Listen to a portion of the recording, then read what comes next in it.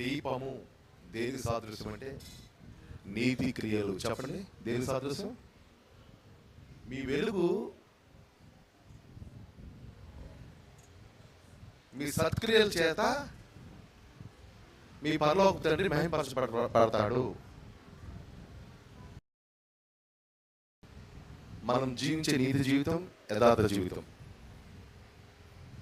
సరి చేసుకోవడం, పాపాన్ని దోషాన్ని సరి చేసుకోవడం, పశ్చాత్తాపడితే సరైపోతుంది.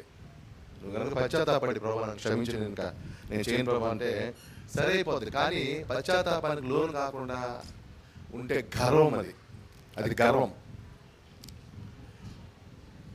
చాలా సీరియస్ మ్యాటర్. పాపం అనేది చాలా సీరియస్ మ్యాటర్. మనకు ఇప్పుడు తగలట్లేదు, మనకి కృపాయుగంలో తాగటం లేదు మనకి. అది ఎంత సీరియస్తో ఒక్కసారి కనుక మీరు ఎత్తబడే గుంపులు లేకుండా ఉండిపోతే అర్థమవుతుంది. దేవుడి ఉగ్రత ఈ పాప ప్రపంచం మీద ఎంత కోపం ఉందో ఆయనకి. సిద్ధపడాలి. 10 మంది కన్యకులు ఎదురు చూశారు, 10 మంది కన్యకులు అలసిపోయారు, 10 మంది కన్యకులు పడుకున్నారు, 10 మంది కన్యకులు పిలుపున్నారు, 10 మంది కన్యకులు లేచారు, 10 మంది కన్యకులు దీపాలు వెలిగించారు. 5 మంది వెలిగాయి, 5 మంది వెళ్ళలేదు, నువ్వు లేదు. గమనించండి, ఎవరితో మాట్లాడుకోవచ్చు కానీ నీ జీవితంతో నువ్వు మాట్లాడకూడదు దయచేసి. నిచ్చిన నరకానికి వెళ్ళిపోతుంది నీ జీవితం. 100,000 వేల కోట్ల సంవత్సరాల నరక జీవితానికి వెళ్ళిపోతుంది నీ జీవితం. దేంతో మాట్లాడు, నీ నిత్యత్వంతో నువ్వు మాట్లాడుకోకూడదు. ఎందుకు? ఫ్రీగా వచ్చింది, నువ్వు ఏమి చేయలేదు, నువ్వు చేసిందేం లేదు, నమ్మితే వచ్చేసింది కదా ఫ్రీగా. నువ్వే డబ్బు తలనేలాలు లేదు, నిరుదోపిడి ఇవ్వలేదు, నమ్మినందుకు వచ్చిన రక్షణ, నమ్మినందుకు వచ్చిన నీతి అది. పోనీ అప్పుడు ఎప్పుడు కాపాడుకోలేదు. కనీసం దేవుడు రాకడ సమయంలోన నువ్వు కాపాడుకోకపోతే ఖచ్చితంగా విడిచిపెట్టబడు. 10 మంది కన్యకుల స్టోరీ, 5 మంది బుద్ధి లేని కన్యకులు నువ్వు లేదు నా దగ్గర. హఠాత్తుగా దేవుడు వచ్చాడు, వెళ్ళిపోవాలి. అరే ఎంతవరకు నేను ఆశతో ఉన్నాను, చెత్త మాటలు పలికాను, చెడ్డ చూపులు చూశాను, చెడ్డ పలికాను. అరే ఇప్పుడు నేను సరి చేసుకుందాం అంటే అది కనురపు వాడది. నువ్వు సరి చేసుకుందాం అని కూడా సరి చేసుకోవడం కాదు. ఎందుకంటే నూనె మళ్ళీ తెచ్చుకోవడం కాదు, కనురేపు పాటలు. నిద్రపోతడం జరుగుతుంది, లేదా మాట్లాడుతున్న హతాలు జరగవచ్చు. సో రాకడ సిద్ధపడి ఉండాలి. రాకడ తర్వాత ఈ రోజు నాకు కొన్ని మాటలు నేను చెప్పాలని ఆశపడుతున్నాను. చెప్పి ప్రాముఖ్యమైన విషయం మీ ముందు పెడతా. ఎందుకు ఈరోజు నిన్న సాయంకాలం, ఈరోజు 3 కదా, మొన్న సాయంకాలం నుంచి నిన్న సాయంకాలం దాకా ఒక రోజు, నిన్న సాయంకాలం నుంచి ఈరోజు సాయంకాలం 2 రోజులు. ఈ ఒక్క పండగే 2 రోజులు పట్టే పండగ. ఎందుకంటే దినము గడియ తెలియని పండగ ఇది. ఎందుకంటే యూదులకు ఈరోజు మనకి ఈరోజు ఎప్పుడు ప్రారంభించి చెప్పండి, ఈరోజు ఎప్పుడు ప్రారంభమైంది? నిన్న రాత్రి 12 గంటలకు కదా. యూదులకు ఈరోజు ఎప్పుడు ప్రారంభమైంది అంటే, ఈ రోజులకు నిన్న సాయంకాలం 6 గంటలకి, నిన్న సాయంకాలం 6 నుంచి 6 వరకు యూదులు ఆల్రెడీ ఈ రోజు దాటిపోయారు, రేపులోకి వచ్చేసారు. ఇప్పుడు 6 గంటలు 6 గంటలు దాటిపోయాం కదా, దాటిపోయాము మనము. ఆ యూదులు అప్పుడు రేపులోకి వచ్చేసారు. రేపే రోజు, రేపు ఫ్రైడే కదా, ఈ ఫ్రైడేలోకి వచ్చేసారు. 6 గంటలు దాటితే ఫ్రైడేలోకి వచ్చేసారు అనమాట, శుక్రవారంకి వచ్చేసారు. వాళ్ళు 6 నుంచి 6 లెక్క, దేవుడి లెక్క అదే. మనం ఎన్ని లెక్కలు పెట్టుకున్నా దేవుడి లెక్క, దేవుడిది లెక్కే కరెక్ట్, యూదుల లెక్కే కరెక్ట్. ఎందుకంటే యూదులకు అది ఇచ్చింది దేవుడు, క్యాలెండర్ ఇచ్చింది దేవుడు, వాళ్ళతో మాట్లాడిన దేవుడు. ఏం ఆలోచించాలి యూదుల పరంగానే మనం ఆలోచించాలి. యూదుల వాళ్ళ క్యాలెండర్ ప్రకారం, వాళ్ళ దీని ప్రకారమే మనం ఆలోచించాలి. బైబిల్ ఏమో ఆలోచించిన అప్పుడు ఈ ప్రవచనాలన్నీ అర్థమవుతాయి. చూడండి, ఆదికాండం 1వ అధ్యాయంలో దేవుడు 4వ రోజున సూర్య నక్షత్రాలను తయారు చేశాడు. తయారు చేసినప్పుడు ఒక మాట చూడండి, 1:14 చదవండి ఎవరన్నా. 1:14 దేవుడు పగటిని రాత్రిని వేరుపరుచినట్టు. నన్ను ఏదో ఒకటి ఆపడరా రే, నన్ను ఏదో ఒకటి ఆపండి. అది ఆపేది, లేకపోతే ఇది ఆపు, లేకపోతే ఇది దగ్గరకు ఉంది, ఇదే ఆపు, ఇదే ఆపు.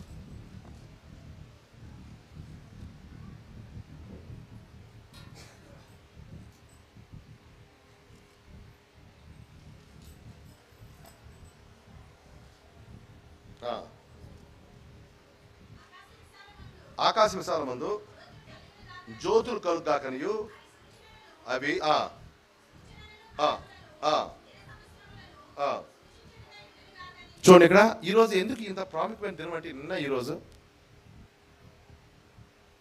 బోరధ్వనుల పండగ. బోరధ్వనుల పండగ. పండగ పెద్ద ఇంపార్టెన్స్ ఏముందని పండగ చెప్తాను. ఇప్పుడు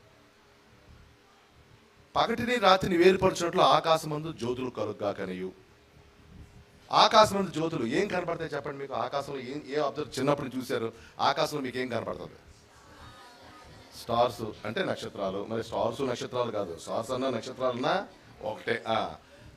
స్టార్స్ లేక నక్షత్రాలు. ఇంకేం కనపడుతుంది? చంద్రుడు, సూర్యుడు కదా కనపడుతుంది. మధ్యలో అక్కడక్కడ పెద్ద పెద్ద నక్షత్రాలు అప్పుడక్కడ కనపడుతుంటాయి. ఆ పెద్ద నక్షత్రాలు ఏంటంటే భూమికి, సూర్యుడికి మనకి మధ్యలో ఉన్న నక్షత్రాలు, సూర్యుడికి మనకి వెనకాల నక్షత్రాలు, గ్రహాలు, నవగ్రహాలు. మనం అంతా ఒక సూర్య కుటుంబంలో 9 గ్రహాల్లో మనం 3వ గ్రహం తిరుగుతున్నాం. ఈ గ్రహాలు కూడా పైన కనపడతాయి మనకి. ఇవి కనపడతాయి. నక్షత్రాలు కనపడతాయి. నక్షత్రాలు అంటే నక్షత్ర రాసులు కనపడతాయి మనకి. ఒక నక్షత్ర రాశి ఒక అమ్మాయిలా కనపడితే దాన్ని కన్యా రాశి అని పేరెట్టారు. ఇంకొక నక్షత్ర రాశి ఒక తేలులా కనపడితే వృశ్చిక రాశి అని పేరెట్టారు. ఇంకొక నక్షత్ర రాశి, అవి కొన్ని లక్షల కోట్ల నక్షత్రాలు అవి. కానీ మనకు ఎలా కనపడతాయి అంటే ఒక ఆకారంలో కనపడతాయి. ఒక తుల లేకపోతే ఒక త్రాసు ఆకారంలో కనపడతాయి. తులా రాశి అని. ఆడ మగ చేయి పట్టుకున్నట్టు ఉంటుంది. మిథున రాశి, జమిని అని. ఇలాగూ ఈ రాసులు 12 రాసులు మనకు ఉన్నాయి. దేవుడు ఎందుకు చేశాడరా అంటే గమనించండి, దేవుడు చేసింది నీ కోసం నా కోసం కాదు. గుర్తుపెట్టుకోండి. నువ్వు ఏ రాశిలో పుట్టావు? అమ్మ మీరు ఎర్ర రంగు ఏది ఉంగరం ధరించాలమ్మా, నువ్వు మార్చిలో పుట్టావు కాబట్టి, ఇది పలానా రాశి కాబట్టి. ఈ రాసులు నీ కోసం కాదు. అక్కడ ఉంది బైబిల్లో. ఎవరి కోసం చూడండి. వెలుగు జ్యోతులు కలుగాకనియు అవి. చెప్పండి. మొదట సూచనలు, కాలములను, దిన సంవత్సరాలు. ఈ మూడింటి కోసం. సూచనలు, కాలములు, దిన సంవత్సరాలు. ఈ మూడింటి కోసం చేశాడు. సూచనలు అంటే దేవుడు ఏదన్నా చేస్తే, నేను స్టడీ చేస్తున్న నా బుర్ర పాడైపోతుంది. రెవల్యూషన్లో జరిగిన ప్రతిది కూడా 10 తలలు 7 కొమ్ములు గల మృగము, అది ఆకాశంలో ఉంది. ఎంత విచిత్రం అంటే భూమి మీద దేవుడు ఏదైనా చేస్తే నిజంగా నక్షత్రాల తాలూకా జ్యోతిష్యం కాదు నేను చెప్పేది. అస్ట్రాలజీ అంటలేదు, అస్ట్రానమీ అంటే జ్యోతిష అంటే ఖగోళ శాస్త్రం. నక్షత్రాలు వాటి యొక్క అవి ఏ నక్షత్రాల గురించి కానీ ఐడియా ఉంటే దేవుడు ఆకాశంతో మాట్లాడుతున్నాడు మనతో. గీత బైబిల్లో ఆకాశములు దేవుని యొక్క మహిమను వివరించున్నవి, అంతరిక్షం ఆయన చేతి పనిని ప్రచురపరుచున్నది. దేవుడి గురించి చెప్పడానికి నక్షత్రాలు, సూర్యుడు, చంద్ర నక్షత్రాలని నీ కోసం కాదు. నీ కోసం నువ్వు అన్నావంటే నీకంటే పొగరబోతూ, నీకంటే గర్విష్టి ఇంకొకరు లేడు. ఆ దేవుడి కోసం, నీ కోసం కాదు. దేవుడు మనకు ఏదైనా మెసేజ్ ఇస్తే ఆకాశంలో మెసేజ్ ఇస్తాడు. ఆ జ్ఞానం మనకుంటే. తూర్పు దేశ జ్ఞానులకు ఆ జ్ఞానం ఉంది. ఆ టైంలో ఆ నక్షత్రం స్టార్ ఆఫ్ డేవిడ్ పుట్టింది. స్టార్ ఆఫ్ డేవిడ్ పుట్టినప్పుడు ఖచ్చితంగా రక్షకుడు పుడతాడని వాళ్ళు లేఖనాల ద్వారా గ్రహించి వచ్చారు. ఆకాశంలో చెప్పకుండా ఏది చేయడానికి. సూర్యుడు నల్లగవుతాడు. ఎప్పుడవుతాడు చెప్పండి? సూర్యుడు నల్లగా ఎప్పుడవుతాడు చెప్పండి? సూర్యుడికి మనకు మధ్యలో చంద్రుడు అడ్డొస్తే సూర్యుడు నల్లగా కనబడతాడు. చంద్రుడికి సూర్యుడికి మధ్యలో మనం అడ్డొస్తే చంద్రుడు నల్లగా అవుతాడు, లేకపోతే ఎర్రగా కనబడతాడు మనకి. ఆకాశంలో దేవుడు ఆ ఇద్దరిని పెట్టి ప్రముఖమైన ప్రతి దేవుడు భూమి మీద ఏం చేస్తున్నా ఆకాశంలో యేసుప్రభు చనిపోయినప్పుడు చీకటి ఆవరించడం వేరు. 3 రోజులు ఈ యొక్క సూర్యుడు నల్లగవడం, చంద్రుడు ఎర్రగవడం అదొక్క 5 నిమిషాలు 2 నిమిషాలు అయిపోతుంది. అవ్వడం చాలాసార్లు అవుతుంది. సూర్యగ్రహణం చాలాసార్లు అవుతుంది. అవ్వడం, ఆ సూర్యగ్రహణం చంద్రగ్రహణం అవ్వడం ఈ యొక్క మోయజ్ టైంలో ప్రస్తుతానికి ఆపుతాను, ముందుకెళ్తాను. ఆకాశంలో నక్షత్రం, యేసు పుట్టినప్పుడు ఆకాశ నక్షత్రం కలిగింది. ఆకాశ నక్షత్రాల ద్వారా దేవుడు మాట్లాడుతున్నాడు. ఆ జ్ఞానం అనుకుంటే అది నేను స్టడీ చేస్తాను కొద్దీ నా మైండ్ పాడైపోతుంది. ఓరే బాబు, ప్రకటనలో అంతా ఆకాశంలో ఉంది. ఇప్పుడు ఆకాశంలో కనపడుతున్నాయి అవన్నీ, ఆకాశ నక్షత్ర రూపంలో కనపడుతున్నాయి అవన్నీ. పక్కన పెడదాం. సూచనలు కదా. తర్వాత కాలములు. తర్వాత ఏంటిది? కాలములు. కాలములు అంటే అదేరా,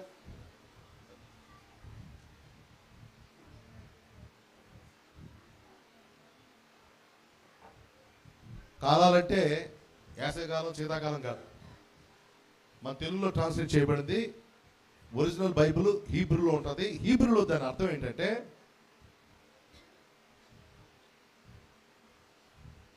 మోయద్. మోయద్ అంటే ఏంటి అర్థం ఏంటంటే అపాయింటెడ్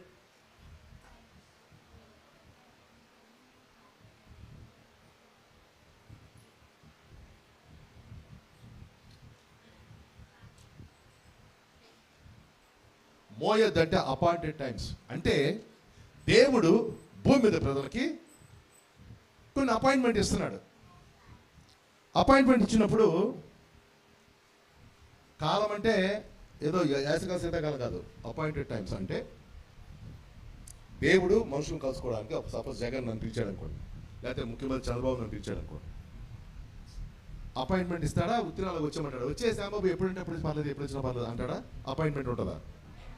అపాయింట్మెంట్ ఉంటుంది. అపాయింట్మెంట్ అంటే ఎలా ఉంటుంది? ఏ దినం కలాలో నాకు లెటర్ పంపిస్తారు, ఏ గడియలో కలాలో నాకు లెటర్ పంపిస్తారు, ఎన్ని నిమిషాలు నాతో మాట్లాడతారో కదా లెటర్ వస్తుంది అక్కడి నుంచి, చీఫ్ సెక్రటరీ నుంచి, ప్రైమ్ మినిస్టర్ సిఎస్ నుంచి, చీఫ్ సెక్రటరీ నుంచి లెటర్ వస్తుంది. లెటర్ ఇప్పితే శ్యాంబాబు నువ్వు అన్న ఇష్యూస్ మీద మాట్లాడడానికి నేను సిద్ధంగా ఉన్నాను, నీ ఇష్యూస్ మీద నేను మాట్లాడడానికి సిద్ధంగా ఉన్నాను. నువ్వు 4వ తారీఖున మధ్యాహ్నం 3 గంటల నుంచి 3:15 వరకు నీకు టైం 15 మినిట్స్ టైం ఇస్తున్నాను. వచ్చి సీఎం పేషీకి వస్తే నీకు అపాయింట్మెంట్ వస్తుంది.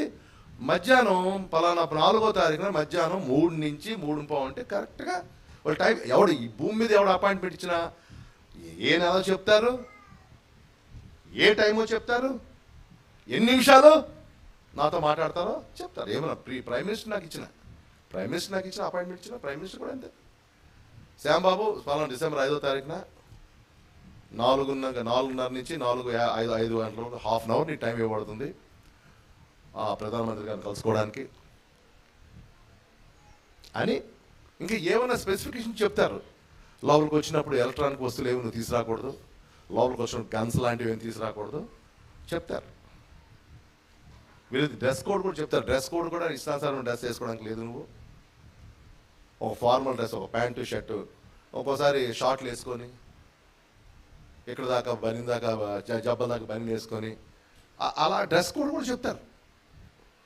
డ్రెస్ ఫార్మల్ డ్రెస్ కానీ లేకపోతే వాళ్ళ డ్రెస్ కోడ్ కూడా ప్రధానమంత్రి కలిసి డ్రెస్ కోడ్ కూడా చెప్తారు. ప్రధాన కుర్తా పైజామా కానీ, ప్యాంటు షర్ట్ కానీ, సూట్ కానీ డ్రెస్ కోడ్ చెప్తారు, టైం చెప్తారు. ఎవడైనా పెద్దోడు అపాయింట్మెంట్ ఇస్తే డేట్ చెప్తారు, దినం చెప్తారు, టైం చెప్తారు, ఎన్ని గంటలు ఉంటావో చెప్తారు. అక్కడ మీరు రాగానే మీకు టీ స్నాక్స్ సర్వ్ చేయబడతాయి, అది కూడా చెప్తారు. కాలము అంటే ఇక్కడ మోయద్ అంటే అపాయింటెడ్ టైమ్స్. యేసు ప్రభు మనకిచ్చిన, దేవుడు మనకిచ్చిన, మనల్ని మనుషుల్ని కలుసుకోవడానికి ఆయన అపాయింటెడ్ టైమ్స్ ఇచ్చాడు. ఆ అపాయింటెడ్ టైమ్స్ ఎలా చేసుకుంటామంటే సూర్య నక్షత్రాల ద్వారా. రోజు అంటే రోజు ఇది ఒక రోజు అయిందని ఎలా చెప్పగలం మనం? ఒక రోజు గడిచిందండి.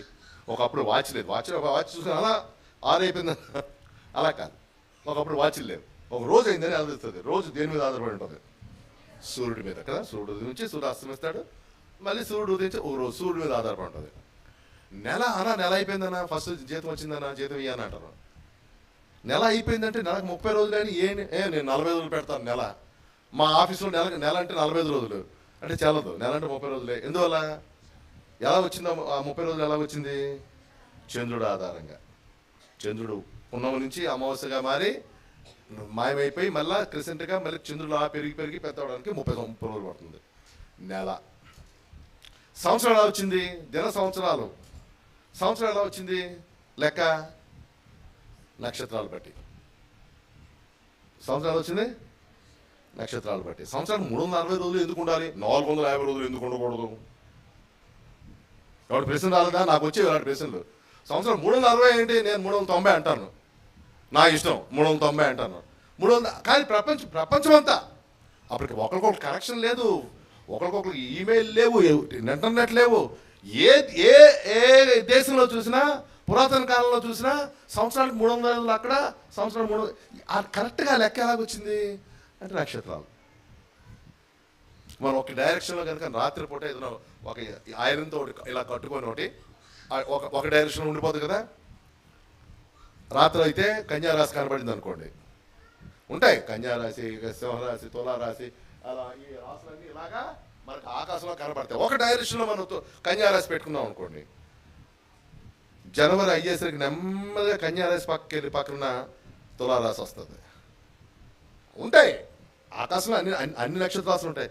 ఫిబ్రవరిలో క్రమంగా ఆ తులారాశి అలా గెలిపి వృశ్చిక రాశి వస్తుంది. అంటే అలా అవి వెళ్ళిపోవట్లే, మనం భూమి తిరుగుతుంది, ఇలాగా తిరగడం వల్ల మన డైరెక్షన్ లాగా కనపడుతుంది. మళ్ళా కరెక్ట్గా మళ్ళీ కన్యారాశి వెళ్ళిపోయిన కన్యారాశి మళ్ళీ రావడానికి కరెక్ట్గా 360 రోజులు పడుతుంది. అమ్మా, అయితే ఇది ఒక సంవత్సరం అనమాట. సంవత్సరం క్యాల్కులేషన్, దిన సంవత్సరాలు దేని బట్టి వచ్చాయి? సూర్య చంద్ర నక్షత్రాలు బట్టి వచ్చాయి. 3 కోసం ఆకాశ జ్యోతిని దేవుడు చేసింది 3 కోసం. ఒకటి ఏంటంటే సూచనలు. దేవుడు ఏదైనా చెయ్యాలనుకుంటే ఆకాశ నక్షత్రం వల్ల మాట్లాడతాడు మనతో. ఆ జ్ఞానం అనుకుంటే ఓకే, ఆ జ్ఞానం వల్ల లేకపోయినా పర్లేదు. ఎందుకంటే బైబిల్లో ఆయన రాకముందు ఏం జరుగుతుందో క్లియర్గా నక్షత్రాలు చూడాల్సిన పనిలే. భూమి మీద భూకంపాలు కలుగుతాయి, యుద్ధం గురించి యుద్ధ సమాచారం మీరు వింటారు, తెగుళ్ళు కలుగుతాయి. ఇలాంటి సంఘటనలు భూమి మీద వీటిని బట్టి కూడా ఆయన రాకుండా అంచనా వేయచ్చు. ఆకాశ నక్షత్రాల్లో కూడా దేవుడు మెసేజ్ చూపిస్తున్నాడు, సూచన చూపించడానికి, తర్వాత తెల సంవత్సరాలు చూపించడానికి. కాలము మోయెద్స్. మోయెద్ అంటే అపాయింటెడ్ టైం. ఎలా చెప్తారండి మీరు? చూడండి, లేవికాండ 23వ అధ్యాయం. లేవికాండ 23వ అధ్యాయం. ఇది మీరు చాలా ఎందుకు ఈ రోజున నేను ప్రాముఖ్యంగా ప్రపంచవ్యాప్తంగా తీసుకుంటానంటే లేవికాండ 23వ అధ్యాయం. లేవికాండ 23వ అధ్యాయము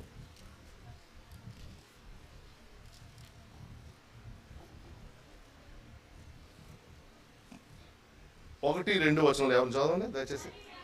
మరి యెహోవా మోషేకి ఇలాగ సెలవిచ్చాను, నీవు ఇశ్రాయేలుతో ఇట్లనుము, మీరు చాటించవలసిన యెహోవా నియామక కాలములు ఇవే. ఇది హీబ్రూలో, పాత నిబంధన గ్రంథం హీబ్రూలో ఉంది. అక్కడ మాట్లాడే మాట దేవుడు మోయెద్ అని 1వ అధ్యాయం ఆదికాండ 1వ అధ్యాయం 14వ వచనంలో నక్షత్రాలు ఎందుకు వస్తుంటే మోయెద్స్ కోసం. మోయెద్ అంటే ఇక్కడ ఉంది. ఇక్కడ హీబ్రూలో ఇదే మాట మాట్లాడు, యెహోవా యొక్క అపాయింటెడ్ టైమ్స్. ఇక్కడ హీబ్రూలో యెహోవా నియామక కాలంలో అంటే కూడా మనకు ఐడియా లేదు కదా. యెహోవా యొక్క అపాయింటెడ్ టైమ్స్. ఈ మాట అక్కడ మాట్లాడిన మోయెద్ అనే పదం ఇక్కడ కూడా యెహోవా యొక్క మోయెద్దులు చెప్పాలి, యెహోవా యొక్క మోయెద్స్ చాటించాలి. మోయెద్ అనే మాట ఇక్కడ వాడబడింది. హీబ్రూ గ్రంథం మీరు చదువుకుంటే, మీరు గూగుల్ ఏమైనా హీబ్రూ బైబిల్ ఏమైనా ఉంటే చూసుకుంటే, ఇక్కడ యెహోవా నియామక కాలం అనే చోట మోయెద్ అనే ఉంది. అంటే మోయెద్ అంటే ఏంటి? యెహోవా అపాయింటెడ్ టైమ్స్. దేవుడు మనుషులకు అపాయింట్మెంట్ ఇచ్చాడా? యా, ఇచ్చాడు. దేవుడు మనుషులను కలుసుకోవడానికి అపాయింటెడ్ టైమ్స్ మోయెద్స్ ఇచ్చాడా? ఇచ్చాడు. ఏంటివి చూస్తే కింద చూస్తే 4వ వచనం 5 లైన్గా 7 సార్లు దేవుడు అపాయింటెడ్ టైమ్స్ మనకి ఇచ్చిన అపాయింటెడ్ టైమ్స్ కింద 7 రోజులు. మొదటి చదవండి.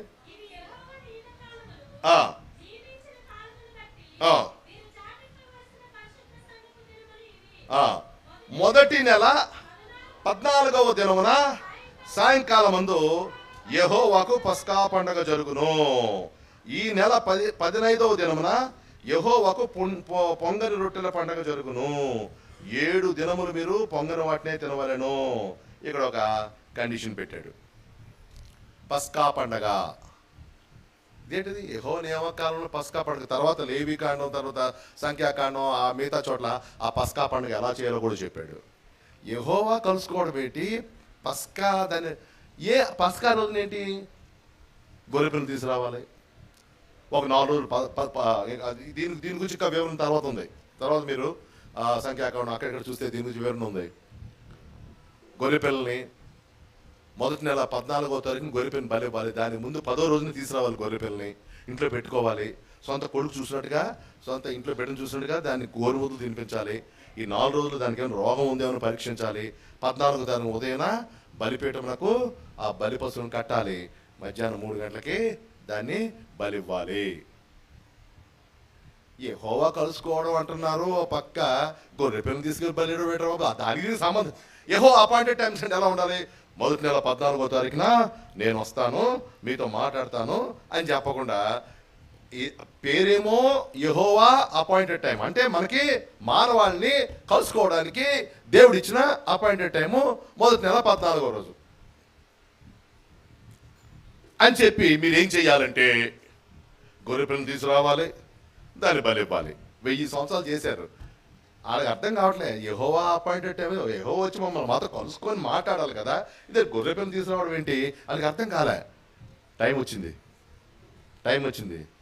ఆ గొర్రె పిల్ల ప్రవేశించింది. మొదటి నెల ఎగ్జాక్ట్గా మొదటి నెల దేవుడు మాట్లాడప్పుడు, భూమి ఆకాశాలు దర్శించిపోయిన మాట్లాడప్పుడు మొదటి నెల 10వ రోజున ఆ గొర్రె పిల్ల యెరూషలేములో ప్రవేశించింది. ఆ రోజే మట్లాదివారం, మనం మట్లాదివారం చేసుకుంటాం కదా. ఆ గొర్రె పిల్ల 4 రోజులు సద్దుకాయలు, పరిసయ్యులు, శాస్త్రులు, నానా అడ్డమైన అందరూ ఆయన్ని ప్రశ్నలు అడిగారు. ఆయన ఏ తప్పు ఆయన దాన్ని కనిపెట్టలేకపోయారు. పరీక్షించబడ్డాడు 4 రోజులు. 4వ రోజున ఆయన పట్టుకున్నారు. 9 గంటలకు ఆ టైంలో సిలువేశారు. ఉత్సవ బలిపీఠమునకు బలి పశువుని కట్టారు. 3 గంటలకి ఆయన్ని ఫినిష్ చేసి పారేశారు. అది అందరికి అర్థం కాలేదు, కానీ కొంతమందికి అర్థమైంది. ఒరే, పస్కా రోజున మనం 1000 సంవత్సరాలు గొర్రెపిల్లని తీసుకొచ్చి బలిస్తున్నాం, అది రాబోతున్న యేసు ప్రభుకి సాదృశ్యంగా చేస్తున్నాం. యాక్చువల్ నిజమైన పస్కా పశువు ఆయనే పస్కా పశువు రూపంలో మనుషులతో కలుసుకున్నాడు. ఆయన కానీ కలుసుకున్నాడు లేదా, ఆయన మేక దేవుడా వచ్చింది అక్కడ. ఆ 4 రోజులు మేక ఉందా యెరూషలేములో, దేవుడు ఉన్నాడు, యేసు ప్రభు ఉన్నాడా? ఆ రోజున పస్కా రోజున మేక లేకపోతే యేసు ప్రభు నిజంగా దేవుడు మేక రూపంలో వచ్చి ఆ గొర్రెపిల్ల రూపంలో వచ్చి బలేయడలే చెప్పండి. దేవుడు వచ్చాడు స్వయంగా. వాళ్ళకి దాని మీనింగ్ అర్థం కాలే. Appointed times, 7 appointed times. మీరు ఇంటికి వెళ్ళి చూసుకోండి. 2వ అపాయింటెడ్ టైం ఏంటంటే పులియని రొట్టెల పండగ. అది 15వ తారీఖు నుంచి ప్రారంభమవుతుంది. మీకు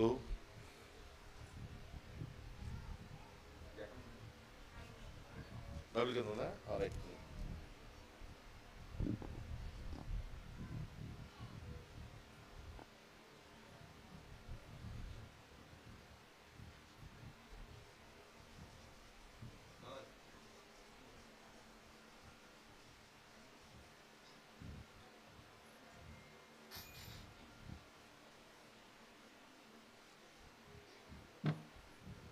మొదటిది పస్కా.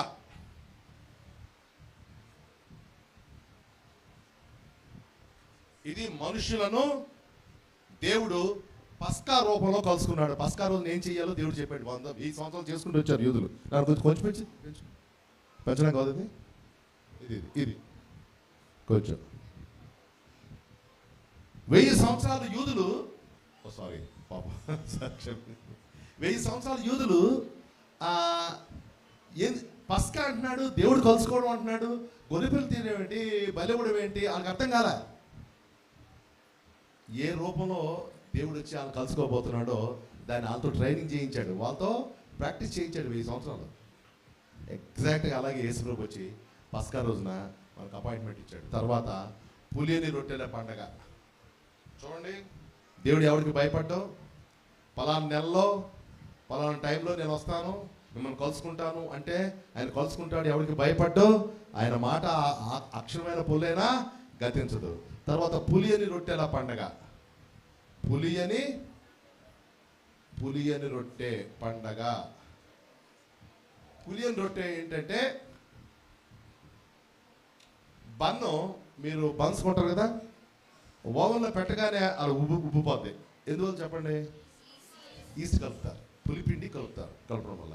అదే నువ్వు చపాతీ చేసి ఇలా పొయ్యి మీద పెడతావు, అదే ఇలా పొంగిపోదు, మాడిపోతే కానీ పొంగిపోదు. ఎందువల్ల చెప్పండి? దాంట్లో ఈస్ట్ కలపలేదు కదా. 7 రోజులు మొదట ఈ పండగలన్నీ కూడా మొదటి నెల వచ్చేస్తాయి. మొదటి నెల 14వ రోజున, మొదటి నెల 14వ రోజున పులియని రొట్టెల, అది పస్కా పండుగ.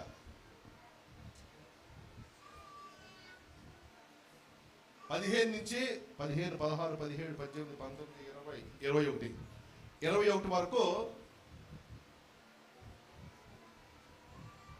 పులియని రొట్టెలు, క్షమించి ఇక్కడి నుంచే 14 నుంచే ప్రారంభం అవుతుంది. పులియని రొట్టెల పండుగ కూడా 14 నుంచే ప్రారంభం అవుతుంది. 7 రోజులు పులియని రొట్టెల పండుగ. పులియని రొట్టెల పండుగ దేవుడు అపాయింటెడ్ టైమ్స్, దేవుడు మన మనుషులు కలుసుకోవాలి. ఏంటి ఆ పండుగ రోజున ఏం చేయాలంట? పులుసుని రొట్టె ఎవడని తింటే వాడి జనుల్లోంచి. నాకు విచిత్రం ఏంటంటే, వ్యభిచారం చేస్తే దేవుడి దగ్గరికి వెళ్ళి గొర్రెపిల్లని అర్పించి తప్పించుకోవచ్చు ఆ పాపం నుంచి. ఎవరైనా చంపితే ఆశ్రయపంలో దాచుకొని తప్పించుకోవచ్చు. పులుసుని రొట్టె తింటే, ఈ వారం రోజులు కానీ ఎవరైనా పులుసుని రొట్టె తిన్నాడా ఇజ్రాయేలు, వాడిని దేశం నుంచి బయట పంపించారట. ప్రభు ఎందుకంత సీరియస్? తర్వాత అర్థం చేసుకున్నారు. ఈయన చనిపోయాడు, సమాధిలో పెట్టారు ఆయన్ని. ఆయన గురించి మాట్లాడుతూ సమాధిలో పెట్టారు. ఆయన శవం కుళ్ళిపోలేదు. ఎందుకు? ఆయన యొక్క జీవితంలో పాపము పులిపిండి, పాపం అనే పులిపిండి లేదు. యేసు ప్రభు పులియని రొట్టె. ఆయన సమాధిలో పెట్టినా కింద పెట్టినా ఆయన శరీరం కుళ్ళిపోలే, తిరిగి లేచాడు. పులియని రొట్టె ఎవరు అంటే యేసు ప్రభు. మనమంతా పులి రొట్టెలే. పులిపిండి ఎంతో కొంత పులిపిండి ఉంటుంది మనలో. పులిపిండి లేని వాళ్ళు ఎవరో ఒక యేసు ప్రభు మాత్రమే. పులిపిండి. అందు గురించి పులియని రొట్టెలు ఇది ఒక 7 రోజులు. ఇది కూడా 14 స్టార్ట్ అవుతుంది. తర్వాత ప్రథమ ఫలముల పండగ. కరెక్ట్గా ఈ రోజు నుంచి 3వ రోజున, అంటే 15, 16, 17వ రోజున, 17వ రోజున ఇజ్రాయేలు పంటలో కాదు, ఒక రకంగా వాళ్ళకి మొట్టమొదటిసారిగా, సపోజ్ నేను ఒకసారి మా ఇంట్లో మామిడి చెట్టు పెరిగింది, ఎప్పుడు కాయలు కాస్తాయి చూస్తున్నాం, వేరు వేసాం, అరి వేసాం, మా ఇంటి ముందు బంగి చెట్టు మామిడి పళ్ళు ఉంది. హఠాత్తుగా ఒక రోజున మామిడి పళ్ళు ఇంటికి వచ్చి, ఏమండి మా చెట్టుకి మామిడి పండు కాయలు కనపడింది అని. 3 కనపడింది. తర్వాత ఇంకో చోట 2 కనపడ్డాయి, 3 కనపడ్డాయి, 5 కనపడ్డాయి, 6 కనపడ్డాయి. దేవుని స్తోత్రం. మీద చిన్న పిందులు ఉన్నాయి. మొదటగా ఒక 10-15 కాయలు పెద్దవైపోయాయి. మొదటి ఫలం దేవుడికి ఇవ్వాలి కదా. వెంటనే టకటక 15 కాయలు కోసి ప్రార్థన చేసి జోషి కాళ్ళని పిలిచి, రేపు బాబు సేవకులు మీరు తీసుకుంటారు బాబు అని చెప్తే వాళ్ళకి ఇచ్చాను మొదటి ఫలం. మరలా ఒక నెల అయ్యేసరికి దాని చెట్టు నిండా ఒక 180 కాయలు కాసాయి. అది మొదటి పంట. మొదటి ఫలం వేరు, మొదటి పంట వేరు. మొదటి ఫలాన్ని మృతుల్లో ప్రథమ ఫలం ఎవరంటే యేసు ప్రభు.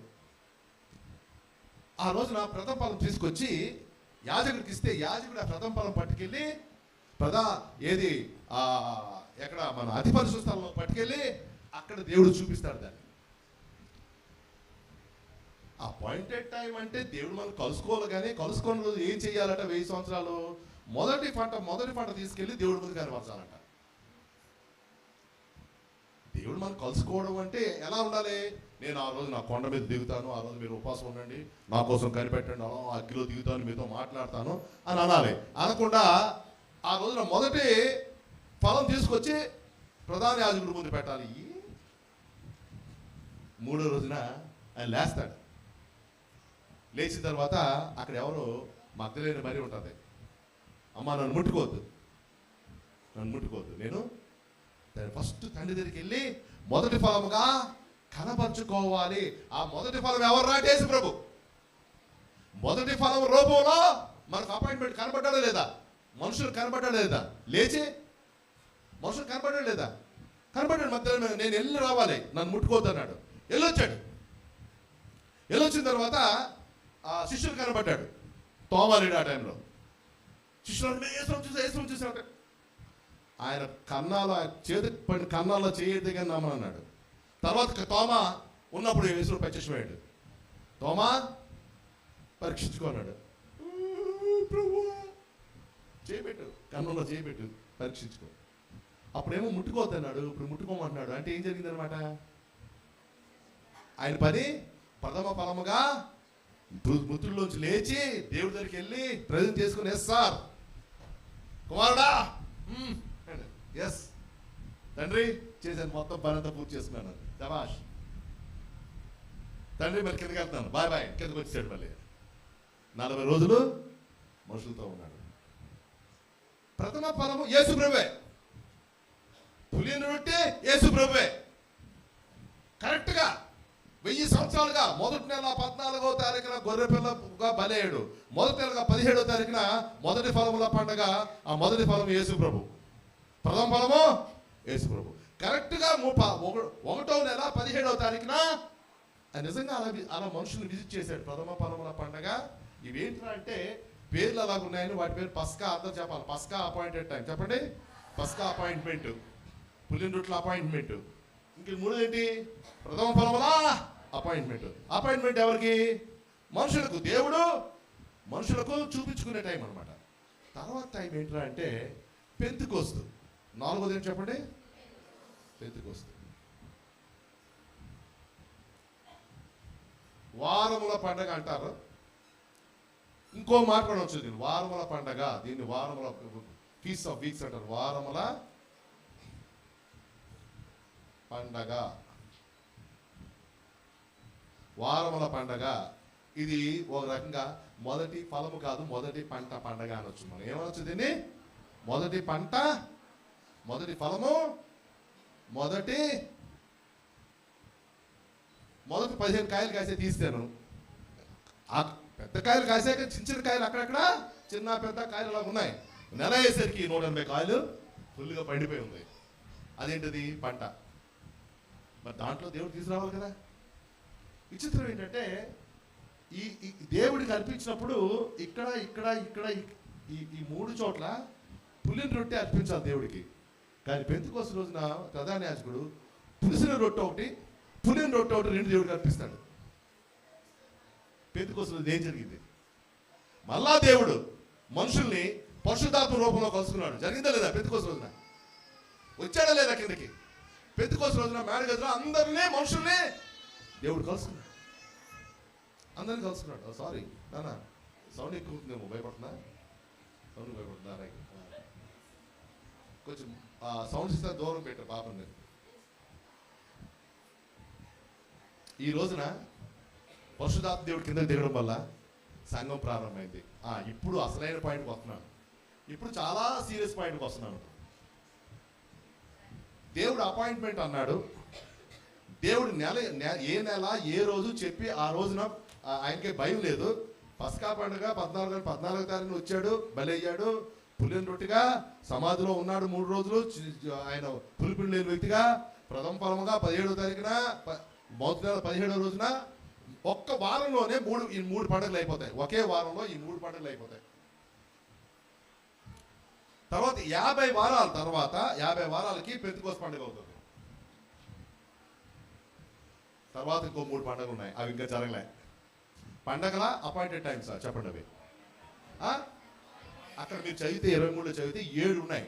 తర్వాతది బోరధ్వనుల పండగ. బోరధ్వనుల పండగ. ఈ 4 ఏ నెల ఏ రోజు జరగాలో చెప్పిన దేవుడు బోరధ్వనుల పండగకి భయపడతాడా? ఖచ్చితంగా దేవుడు అపాయింట్మెంట్ ఇచ్చాడు. అపాయింట్మెంటే. ఇది ఏ నెల? ఈ నెల. ఈ పండగకి చిన్న స్పెషాలిటీ ఉంది. పస్కా రోజున ఫుల్గా చంద్రుడు ఫుల్గా ఉంటాడు. యూదులకు కేవలం సాయంకాలం 6 గంటలకి సూర్యుడు అస్తమించడం మాత్రమే కుదరదు, చంద్రుడిని కూడా చూస్తేనే రోజు ప్రారంభమైనట్టు. పస్కా రోజున 6 గంటలకి సూర్యుడు అలా అస్తమించగానే చంద్రుడు అలా కనబడతాడు. వెంటనే పండుగ స్టార్ట్ చేసుకుంటారు. పులిన రొట్టెల పండుగ కూడా ఇలాగూ అదే టైం కాబట్టి, పస్కాకి దానికి ఒకరోజు టైం కాబట్టి పులిన రొట్టెల పండుగ కూడా 6 గంటలకి సూర్యుడు అస్తమించగానే కొత్త దినం స్టార్ట్ అవ్వాలి, చంద్రుడు కూడా కనబడతాడు, వెంటనే పండుగ స్టార్ట్ చేసుకుంటారు. అదే నెలలో కాబట్టి ప్రథమ ఫలం పండుగ కూడా అంతే టకామని చేసుకుంటారు. పెంతెకొస్తేకి సగం ఎంతో, సగం చంద్రుడు సగం కనబడతాడు. ఓకే, బోరదొల్ల పండుగ మాత్రం అమావాస్య రోజు పడింది, చంద్రుడు కనబడితే కానీ స్టార్ట్ చేయడానికి లేదు. అందుగురించి ఇది విచిత్రం. దీనికి యూదులు ఎన్ని రకాల పేర్లు పెట్టారు వాళ్ళకి తెలియదు. వాళ్ళకి ఎన్ని రకాల పేర్లు పెట్టేసరికి మృతులు పునరుద్ధారమయ్యే రోజుని పెట్టుకున్నారు దీన్ని. పెళ్లి జరిగే రోజుని పెట్టుకున్నారు దీనికి, బోరదొల్ల పండగకి. దేవుడు మనుషులకి 4 అపాయింట్మెంట్ ఇచ్చాడు, అపాయింట్మెంట్ నెరవేర్చుకున్నాడు. 5వ అపాయింట్మెంట్ నెరవేర్చుకోడా. బోరదొల్ల పండగ టైము ఎందుకు నేను ఇంపార్టెన్స్ ఇస్తున్నానంటే, ఇది రాకడ సమయం, మనం ఎత్తబడే సమయం. బోరదొల్ల పండగ టైం ఏంటి? ఇది ఎలాంటిదంటే రాత్రి దినమైనను గడి అని తెలియదు. ఇది మిగతా పండుగ సాయంకాలం 6 అవ్వగానే రోజు ప్రారంభమవుతుంది కదా. మన రోజు నిన్న సాయంకాలం నిన్న రాత్రి ప్రారంభమైతే 12 గంటలకి, వాళ్ళ రోజు నిన్న సాయంకాలం స్టార్ట్ అవుతుంది 6 గంటలకి. రోజు అయిపోయింది, కొత్త రోజు వచ్చిందనేసరికి చంద్రుడు కనపడతారు, స్టార్ట్ చేస్తారు. ఇక్కడ చంద్రుడు కనపడ్డాడు ఎలా మరి? అమావాస్య రాత్రి అంతా చూస్తారు, కనిపెడతారు.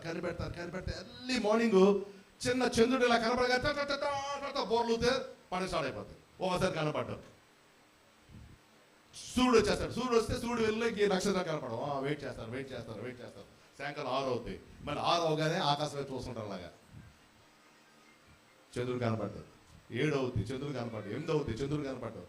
9 అవుతుంది, కనపడ్డాడు. 11:30కి చిన్న చంద్రుడులా చిన్నది కనపడతాడు. క్రిసెంట్ అంటారు దాన్ని. కనబడగా పండుగ స్టార్ట్ చేద్దాం. అందుగురించి ఈ పండగ మాత్రం అమావాస్య రోజు రావడం వల్ల దినమైనను గడి అయినను తెలియని రోజుది. ఇది అపాయింట్మెంటా పండగ? పండగని అంటున్నాం మనం అందరం, పండగ అని రాశారు, కానీ ఇది అపాయింట్మెంటా పండగ? ఇది అపాయింట్మెంట్ అంటే ఏంటి? దేవుడు మనుషుల్ని ఇక్కడ దేవుడు మనుషులు కలుసుకున్నాడు. పులిన రొట్టెగా దేవుడు మనుషులు కలుసుకున్నాడు. ప్రథమ ఫలంగా తిరిగి లేచి మనుషులు తంతాను కనపరుచుకున్నాడు. పెంతెకొస్తు రోజున పరిశుద్ధాత్మ రూపంలో మళ్ళీ తంతాను కనపరుచుకున్నాడు. ఇక్కడ తంతాను కనపరుచుకుంటాడా, కనపరుచుకోడా? ఏం మిగిలింది ఇప్పుడు? ఆయన ఎత్తబడుట. రాకడలో కూడా 2 రకాలు ఉన్నాయి. ఆయన మధ్యాకాశానికి వస్తాడా? ఉందా బైబిల్లో? లేదా? లేదని ఎవడనంటే, ఒరే బాబు ర్యాప్చర్ అనే మాట వాడుతున్నారు, ఆ మాట లేదు. కానీ ఆర్పెజో అనే మాట ఉంది, కొనిపోబోట అని ఉంది. ఏ రాయితేనే కొనిపోబడతాము అని ఉంది బైబిల్లో. ఆయన కిందకి రాడు, మనం మేఘాల్లోకి వెళ్తామని క్లియర్గా ఉంది. ఏం మిగిలింది?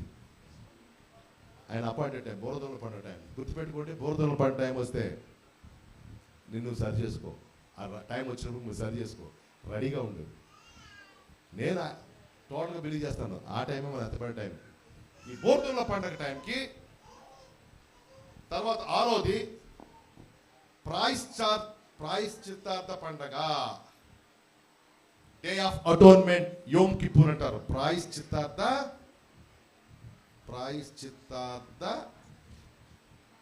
పండగ.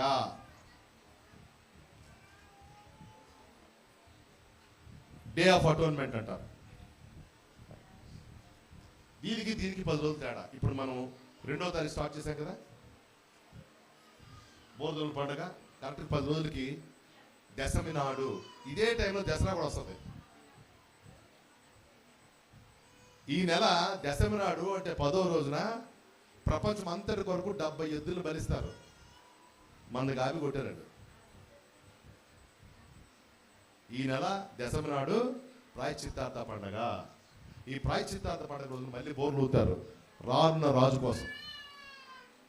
ఇది కూడా ప్రాయశ్చిత్తార్థ పండగ అపాయింట్మెంటా అంటే దేవుడు తను కనపరుచుకోవాలి. ఇది ర్యాప్చర్ అయితే ఏది?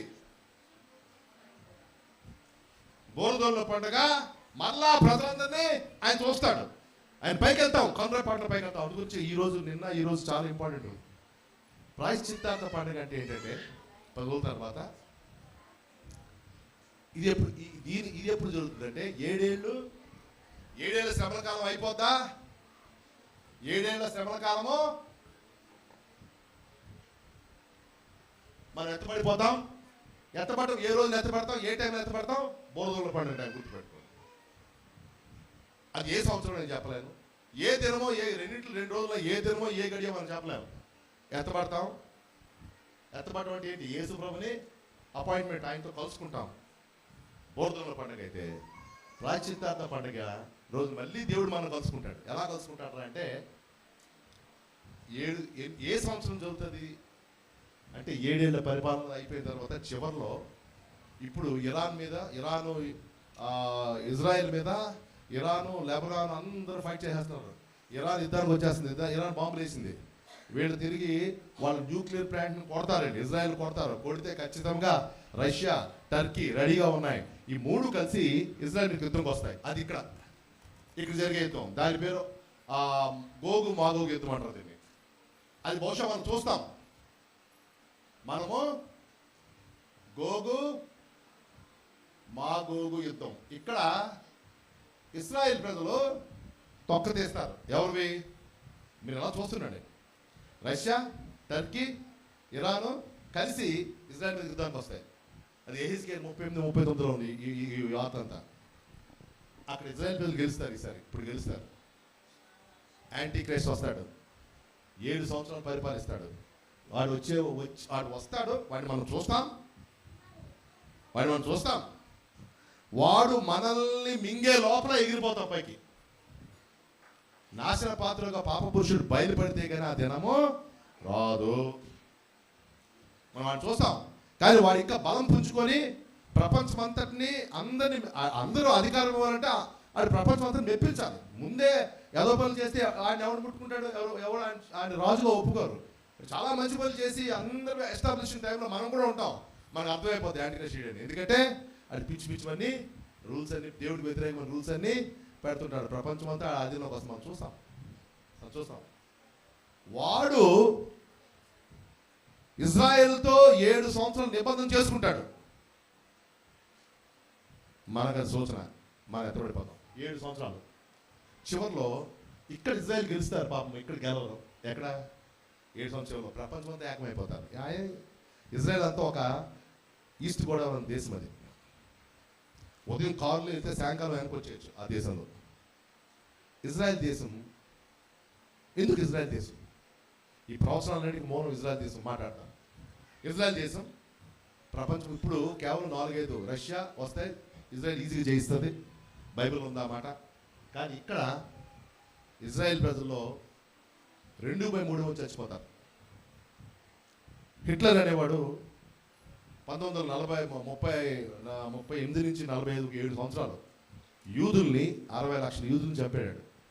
కాన్సెంట్ క్యాంప్లో పెట్టి ఒక రకంగా యూదుల్లో 1/3 వంతు యూదుల్ని చంపాడు. 1/3 యూదుల్ని చంపాడు. వచ్చిన యాంటీ క్రైస్ట్ 2/3 యూదుల్ని చంపుతాడు. పాపం ఆమె ఇండియాలో ఉన్న యూదుల్ని యాంటీ క్రైస్ట్ చంపేమంటే చంపేస్తారు. ఇక్కడ వాళ్ళు అమెరికాలో యూదుల్ని చంపేమంటే పాపం చంపేస్తారు. అక్కడ యూదుల్ని చంపేస్తారు. మరి ఇంగ్లాండ్లో యూదులు చంపేస్తారు. యూదులు ఇజ్రాయెల్ దేశంలో యూదులు మాత్రమే మిగులుతారు. వారి మీదకి యుద్ధానికి రావడానికి ప్రపంచం అంతా వాడి చేతిలో ప్రపంచమంతా ఆడి మీదకి ఎత్తుకొస్తుంది. దీని పేరు హర్మగిద్దోన్ యుద్ధం. 2 యుద్ధాలు గుర్తుపెట్టుకోండి. గోగు మాగోగు యుద్ధంలో ఇజ్రాయెల్ జయిస్తుంది. కానీ ఇక్కడ హర్మగిద్దోన్ యుద్ధం అంటే ఇజ్రాయెల్ మీదకి మొత్తం ప్రపంచమంతా కలుస్తుంది. పాప అప్పుడు ఏం చేస్తుంది? హర్మగిద్దోన్. ఎందుకు ఇశ్రాయేలుకి ఇంత కష్టం? గమనించండి. ఈ యుద్ధంలో యేసు ప్రభు వైపు చూస్తారు. ఇప్పుడు యేసు ప్రభు అంటే నస్తారు. యేసు ప్రభు గురించి సువార్త ప్రకటిస్తుంటే జైల్లో పెట్టేస్తున్నారు. ఎవరు? ఇజ్రాయేల్. మనకు తెలియదు యేసు నిజమైన దేవుడని తెలియదు. ఆ రోజున అందరూ తుపాకీలు పారేసి ఇప్పటికే యూదుల్లో యేసు ప్రభు మెస్సయ్య యేసు ప్రభు బాబు మనం ఆయన వస్తే పొమ్మన్నాము, ఆయన కోపం వచ్చి వెళ్ళిపోయాడు ఆయన. ప్రభు పేరట వచ్చి వాడు స్తుతింపబడును గాక అనేంత వరకు మీరు నా ముఖం చూడని నిత్యముగా చెప్తున్నాను. మీరు నన్ను మెస్సయ్యగా నేను వచ్చాను, అబ్రహాం వాగ్దానం చేసిన, ఇస్సాకు వాగ్దానం చేసిన, దావీదు వాగ్దానం ప్రకారం నేను మీ మధ్యకి వచ్చాను. మీరు నన్ను రాజుగా అంగీకరించలేదు. ఐఎమ్ బ్యాకింగ్ ఆఫ్, వెళ్ళిపోతున్నాను. మీరు నన్ను పిలిస్తేగా నేను రాను. ఇక్కడ చేస్తారా పని? ఎక్కడ చేస్తారు? 7 ఏళ్ళ చివరి కాలంలో అందరూ తుపాకులు పారేసి మెస్సయ్యా మమ్మల్ని క్షమించి, యేసయ్యా నువ్వే మా మెస్సయ్య వచ్చావు, మా పితరులు నేను చంపారు, కొట్టారు, వద్దన్నారు, మమ్మల్ని క్షమించి రా రా రా రా అంటారు. అది ఎప్పుడు రా అంటారా అని చూస్తున్నాడు దేవుడు. అలాగా దిగిపోతాడు. 7 సంవత్సరాల చివరి కాలం అది రెండవ రాకడ. ఎత్తబోట కాదు, ఆయన కిందకి రాడు. ఇక్కడ మనం ఆయనతో కలుసుకుంటాం, ఇక్కడ ఆయన కింద దిగుతాడు. దూతలతో, పరిశుద్ధులతో, మనతో కింద దిగుతాడు. మొత్తం ప్రపంచం అంతా యుద్ధం చేస్తాడు. ఆయన యుద్ధం ఒక క్షణకాలం. రష్యా కూడా ఆటబాబులు ఇలా చూసాడంటే ఆటబాబులు ఆడి దేశంలో పేలిపోతాయి. అలాగా దేశంలో చూసా ఇంగ్లాండ్లో ఆటబాబులు అక్కడే పేలిపోతాయి. దేవుడితో ఫైటింగ్. దేవుడు కళ్ళ చూపులతో చీరేస్తారంటగా. నిజంగా ఎవరు చేరలేడు కదా, దేవుడు యేసులో చేరగలరు. కళ్ళు చూపులతో ఎలాగని చీరేయగలరు యేసు ప్రభు. ఉత్తినే మనం డైలాగ్ కొడతాం కానీ నిజంగా కళ్ళు చూపులు చంపేయగలమా? ఎలాగని చెప్పగలమా? మనం డైలాగ్ కొడతాం. యేసు డైలాగ్ కదా, ఇలా అన్నాడంటే మొత్తం పీకలు ఎగిరిపోతాయి. ఇక్కడ యేసు ప్రభు పరిపాలన ప్రారంభిస్తాడు. 1000 సంవత్సరాలు యేసు ప్రభు భూమి మీద పరిపాలిస్తాడు. ఇంకా అర్థమైనా? ప్రాయశ్చిత్తార్థ పండుగ రోజు, యోమ్ కిప్పుర్ రోజున ఆయన కింద దిగుతాడని జకరియా గ్రంథంలో ఉంది. అంటే ఇక్కడ మళ్ళీ మనుషులకి అపాయింట్మెంట్. మనుషులు మళ్ళీ ఎప్పుడు కలుసుకుంటాడు? మళ్ళీ ఇవన్నీ ఏంటివి? పండగ అంటున్నాం మనం. నిజంగా పండగే, మనం పండగ చేసుకోవాలి. యేసు ప్రభు కలిసి దేవుడు మనుషులు కలుసుకునే సమయం పండగ కాదు చెప్పండి. పండగే, కానీ దాని అసలు పేరు మోయద్దు. మోయద్దు అంటే చెప్పండి, అపాయింటెడ్ టైమ్స్. అంటే ఎవరికి అపాయింట్మెంట్? మనకి. దేవుడు మనకు అపాయింట్మెంట్. రై పస్కా, నేను ఒక పస్కా అంటారు దాన్ని, మొదటి నెల 14 తారీఖున గొర్రెపిల్ల ఏంటి ప్రభా, నువ్వు అపాయింట్మెంట్ ఇవ్వాలి, నువ్వు రావాలి. వస్తా గొర్రెపిల్ల ప్రభులో మిమ్మల్ని కలుస్తాను. పులిని రొట్టిగా మీ మధ్య ఉంటారు. మొదటి ఫలంగా మళ్ళీ మీ మధ్య మీ దగ్గరికి వస్తాను. మళ్ళీ పెంతెకోస్తు రోజున మళ్ళీ పరిశుద్ధాత్మలో ఆయన మళ్ళీ మనం కలుసుకున్నాడు. మనం కలుసుకోకుండా మిగిలిపోయింది రోజు చెప్పండి. బోధనల పండగ, ప్రాయశ్చిత్తార్థ పండగ. ఈ రోజున ఇక్కడ ఏ ప్రాయశ్చిత్తార్థ పండుగ? గత 2000-3000 సంవత్సరాలుగా ప్రాయశ్చిత్తార్థ పండుగ చేస్తూనే ఉన్నాం. ఏ ప్రాయశ్చిత్తార్థ పండుగ రోజున వస్తాడు మనుషులు కలుసుకుంటాడంటే 7 ఏళ్ల శ్రవణ కాలం తర్వాత ఎకరిలో ఉంది. ఆ రోజు యోమ్ కిప్పుర్. ఆ రోజున అందరూ ఏడుస్తారు. ప్రభా, వాళ్ళు ప్రపంచం అల్టిమేట్ సరే మీరు మాకు లోపడతారా? మేమందరూ రష్యా ఇప్పుడు అమెరికాను సపోర్ట్ చేయదు. అందరూ ఏకమైపోతారు. మీ మీద ఆటమాబు వేస్తాం. ఇక మీ దేశం అనేది ఒకటి చరిత్రలో ఉండరా? అందరూ తల ఒక ఆటమాబుతో కొడేస్తా ఉంటారు. అప్పుడు వాళ్ళకి ఇంకే దారి లేదు. మెసేజ్ వైపు తిరుగుతారు. ప్రభా మమ్మల్ని క్షమించు. అది కావాలి యేసు ప్రభుకి. దిగుతాడు ఆయన. ప్రాయశ్చిత్తార్థ పండుగ తర్వాత ఆయన 1000 ఏళ్ళలో ఈ పండుగ లేవు. ఇంకొక పండుగ ఉంది, ఆఖరి పండుగ, 7వది గుడారాల పండుగ. ఏం చెప్పండి? గుడారాల పండుగ. నా రైటింగ్ వైపు చూడదు, మనది గాంధీ గారి రైటింగ్. హల్లెలూయా. రైటింగ్ వైపు చూడదు, కంటెంట్ మీకు కావాలి ముఖ్యం, రైటింగ్ ముఖ్యం కాదు. అవునా? గుడారాల పండుగ. గుడారాల పండుగ ఎలా చేయాలంటే, ఎంత మిద్దులున్నా పెద్ద అంతస్తులున్నా వాళ్ళు కింద ఆకులతో కర్రలతో ఒక చిన్న గుడారంలో వేసుకోవాలి. ఆ వారం రోజులు ఆ గుడారంలో కిందే ఉండి దేవుడు చేసిన మేళ్ళని జ్ఞాపకం చేసుకోవాలి. 1000 ఏళ్ల పండుగలో ప్రపంచం అంతా ఏం చేస్తుంది? 6000 సంవత్సరాలుగా హిట్లర్ అనేవాడు ఒకడు వచ్చాడు. ఆడు ఇండియాలో మోడీ అనేవాడు వచ్చాడు. లేకపోతే ఇలాగా మణిపూర్లో చాలా మంది క్రిస్టియన్స్ చంపేశాడు. ఇప్పుడైతే మనం యేసు ప్రభు నీడలో ఉన్నాము.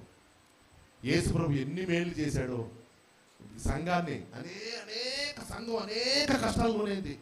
ప్రతి రాజు, అనేక రాజుల సంఘం చచ్చిపోయి చంపబడ్డారు, కొట్టబడ్డారు, తిట్టబడ్డారు, నరకబడ్డారు. దేవుడు ఎంతగా కాపాడుకొచ్చాడు సంఘాన్ని. ఈ 1000 ఏళ్ళలో దేవుడు చేసిన మేళ్ళు, ఈ 6000 సంవత్సరాలుగా దేవుడు చేసిన మేళ్ళు, దేవుడు అన్నీ ఎన్నెన్ని జరిగాయో అవి జ్ఞాపకం చేసుకుంటారు ఇక్కడ. గుడారాల పండుగ, గుడారాల పండుగ మాత్రం జరుగుతుంది. 1000 ఏళ్ళ పరిపాలన గుడారాల పండుగ జరుగుతుంది. ఆ పండగకి ప్రపంచం అంతా వచ్చి ఈ మెరుసలేం రావాలి. ఆ పండగకి ప్రపంచం అంతా, అంటే అందరూ రాకపోవచ్చు, ఆ గాజువాక నుంచి ఆ కార్పొరేటర్ రావాలి అక్కడికి, విశాఖపట్నంలో ఎమ్మెల్యే అక్కడ రావాలి, ప్రతి ఒక్కరు రావాలి అక్కడికి. గుడారాల పండగకి యెరూషలేం రావాలి అందరూ గుడారాల పండుగ చేసి వెళ్ళాలి వారం రోజులు. గుడారాల పండుగ కూడా అపాయింట్మెంట్, అంటే మనతో తానే గుడారమై మళ్ళీ కప్పును. గుడారాల పండుగ చివరికి మిగిలింది గుడారాల పండుగ. ఆయనే గుడారమై, గుడారం కింద మనం ఉన్న గుడారమే వేసుకోబట్టే ఆయనే గుడారమై మన కప్పును. ఈ పండుగ జరుగుతుంది. ఇది ఒక అపాయింట్మెంట్, ఇది పక్కన పెడతాం. ఇప్పుడు ఈ 3 జరగలేదు. ఇది దేవుడిచ్చిన టైము నెలలో జరిగింది, దేవుడిచ్చిన నెల టైంలో జరిగింది, దేవుడిచ్చిన ఇది ఏ నెల ఏ రోజు జరిగింది, ఇది ఏ నెల ఏ రోజు జరిగింది. ఇది జరగదా? బోధనల పండుగ జరగదా? జరిగింది. అందుగురించే ఈ బోధనల పండుగ టైము మనం చాలా జాగ్రత్తగా ఉండాలి. ఇది మనం ఎత్తబడే టైం. ఇది ఈ టైం ఏంటంటే దినం కానీ గడియ కానీ తెలియని రోజు ఇది. మనం యూదుల యొక్క ఆచారం తెలుసుకోకుండా మనం ఏదో సొంతంగా ఆలోచించుకుంటే రాదు మనకు. మీకు నేను చెప్పాను, ఎరా పేతురు తెలుగుడు అనుకో, యేసు తెలుగుడు, శిష్యులు తెలుగుడు అనుకోండి. ఎరా పేతురు చల్లకొచ్చి ముద్ద ఆతా పెట్టరా అన్నాడు అనుకోండి యేసు ప్రభు. ఆ సామెత మనకు తెలుగుడు ఉంది. అంటే మధ్యకి వచ్చి ముద్ద తాగడం అంటే అర్థం ఏంటి? అడగాల వద్దా మొత్తం తెచ్చాడు, మళ్ళీ వెనక్కి పెట్టేసి అడగాల వద్దా మొహమాట ఎవరైనా వచ్చి మొహమాట పడితే ఈ సామెత ఉపయోగిస్తాం. ఏమంటాం? ఏ చల్లకొచ్చి ముద్ద దాచే పెట్టారు అంటాం కదా. అది కనుక చచ్చినట్టు తెలుగు మన లాంగ్వేజ్ పెద్ద లేదు, ఇంగ్లీష్లో రాస్తాను. నా శిష్యులు అందరూ కూడా ఇంగ్లీష్లో రాశారు అనుకోండి. మా అత్తయ్య ఇంగ్లీష్లో రాశాడు, మాథ్యూ ఇంగ్లీష్ రాశాడు. యేసు ప్రభు పేతురు ఇలాగ అన్నాడు, ఏమయ్యా పేతురు చల్లకొచ్చి ముందు దాస్తున్నావయ్యా అన్నాడు. ఇంగ్లీష్ వాడికి ఏమర్థం చెప్పండి? అది ఆ సామెదాడికి లేదు. అది ఎలా అర్థం చేసుకుంటాడంటే, బటర్ మిల్క్ తాగడానికి వచ్చి ఈ హిట్ ద వెజల్ ముద్ద దాచేశాడు, దొంగ వేదవా, దొంగతనం చేశాడు. ఆయనకి ఆ శాంతి లేదు. ఆయన ఇంకో రకంగా మెసేజ్ ఇస్తారు, పేతురు దొంగ అయినా సరే దేవుడు ప్రేమించాడు బ్రదర్.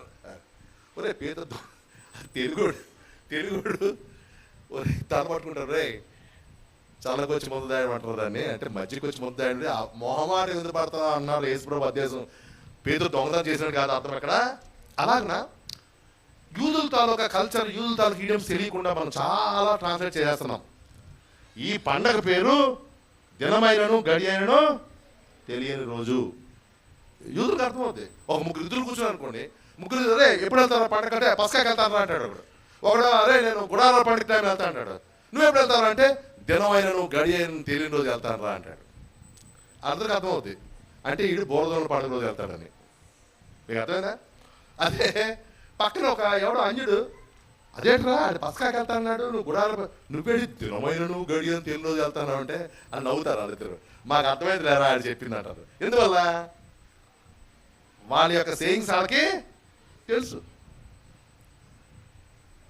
చాలా ప్రాముఖ్యమైన టైం. నేనేమంటానంటే పస్కా పండుగ ఏ నెల ఏ దినం ఎక్కడ కరెక్ట్గా నెరవేర్చింది దేవుడు. పులిని రొట్టెలు కరెక్ట్గా ఏ మొదటి నెల 15వ దినం నుంచి 7 వారాలు నెరవేర్చి 7 రోజులు నెరవేర్చింది దేవుడు. ప్రథమ ఫలం 3వ రోజున అంటే 17వ తారీఖున జరగాలి అనుకుంటే కరెక్ట్గా ఆ రోజున యేసుప్రభు లేచి మనుషులు కనపరుచుకున్నాడు. పెంతెకోస్తు కరెక్ట్గా దానికి 50 రోజులకి వారంలో పండుగ. 7 ఏళ్ళ 49 రోజులు అయిపోయింది. 50వ రోజున పెంతెకోస్తు పండుగ జరుగుతుంది. ఆ రోజున దేవుడు పరుషాత్మ రూపంలో ప్రజలు కనపరుచుకున్నాడు. బోరదోముల పండుగ ఎందుకు మిస్ అవుతాడు? బోరదోముల పండుగ దేవుడు టైం ఇచ్చాడు. ఏ టైము ఏ నెల ఏ టైము దేవుడు టైం ఇచ్చాడు. ఎందుకు జరుగుతుంది? అపాయింట్మెంటే బోరదోముల అపాయింట్మెంట్ జరగాలి. అందుగురించి బోరదోముల పండుగ రోజున అన్ని పండుగలకు బోరదోముల పండుగ రోజున 100 బోర్లు ఊతారు. కడబోర అనే మాట బోరదోముల పండుగ రోజున మాత్రమే వాడతారు. ఎందుకంటే 100 సార్లు బోర్లు ఊతారు. ఎలా ఊతారంటే అదో 30 సార్లు, తర్వాత అదో 30 సార్లు, తర్వాత 30 సార్లు, అలా 33. ఆఖరిది బోర్ ఊదినప్పుడు ఇంకా ఆఖరిది వచ్చేటప్పటికి 1 2 3 స్టార్ట్.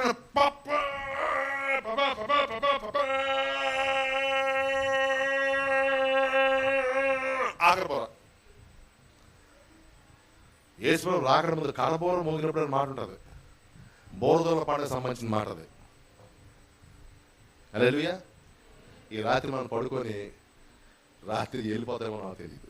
అయితే తొందరగా జరుగుతుంది నేను తొందరగా జరుగుతుంది అనుకున్నాను. కానీ ఈ బోరదోల పండుగ కావచ్చు కాకపోవచ్చు, కానీ మీరు మనసులో మాత్రం బోరదోల పండుగ టైం వచ్చే టైంకి అంటే అయితే ముందు పాపం చేసుకుంటూ కూర్చోవచ్చా? చేసుకుంటూ కూర్చో. ఆ టైంలో చచ్చిపోయిన నరకంకి వెళ్ళిపోతాం. మళ్ళీ ప్రాణం పోకడా, యేసుప్రభు రాకడా, రెండో తెలియవు. ఎప్పుడు సిద్ధంగా ఉండాలి మనం. ఎప్పుడు మనం సిద్ధంగా ఉండాలి. ఆమేన్.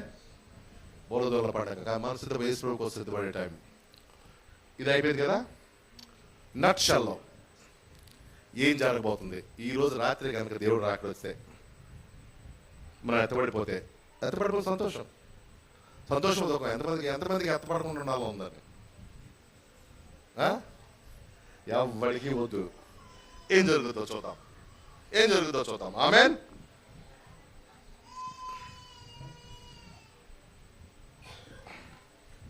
ఈ కాన్సెప్ట్ మీకు అర్థమైంది కదండి? అర్థమైంది కదా? ఇప్పుడు ముందుకు వెళ్దాం.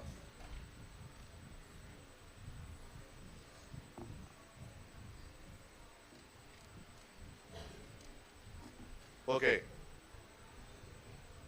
లూకా రాసిన గ్రంథం 20:25-26 వచనాలు.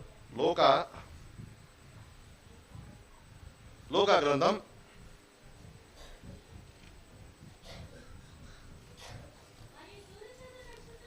మరి సూర్య నక్షత్రంలో సూర్య నక్షత్రంలో సూచనలు. నేను పోయిన ఆదివారం మీ చేతిలో చెప్పారా? కన్యా రాశి చెప్పారా? మీ చేతిలో చెప్పారా? మన చేతిలో చెప్పారా? విషయం చెప్పారా? ఆకాశంలో సూచన కనబడి చేతిలో చెప్తున్నాడు అన్నమాట. సూర్య నక్షత్రాల్లో సూచనలు కనబడతాయని. భూమి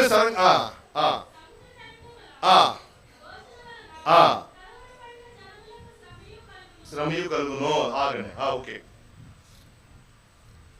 తీతుకు రాసిన పత్రిక 2:13 తీతుకు 2:13 తీతుకు రాసిన గ్రంథం 2:13 చదవలేరు?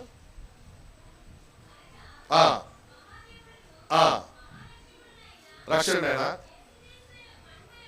యేసుక్రీస్తు మహిమ యొక్క ప్రత్యక్షత కొరకు అంటే ఆయన ప్రత్యక్ష అవడం కోసం ఎదురు చూస్తున్నాం. అది ఇంగ్లీష్లో మంచి మాట ఉంటుంది. ఎదురు చూడడం అనే మాటకి blessed hope of his return, blessed hope అని ఆయన రాకడ కోసం మీకు చెప్తున్నాడు. ఈ దేహం మారిపోతుంది, మహిమ దేహం అయిపోతుంది. హెయిర్ స్ట్రైట్నింగ్ చేసుకోవాల్సిన పనిలే.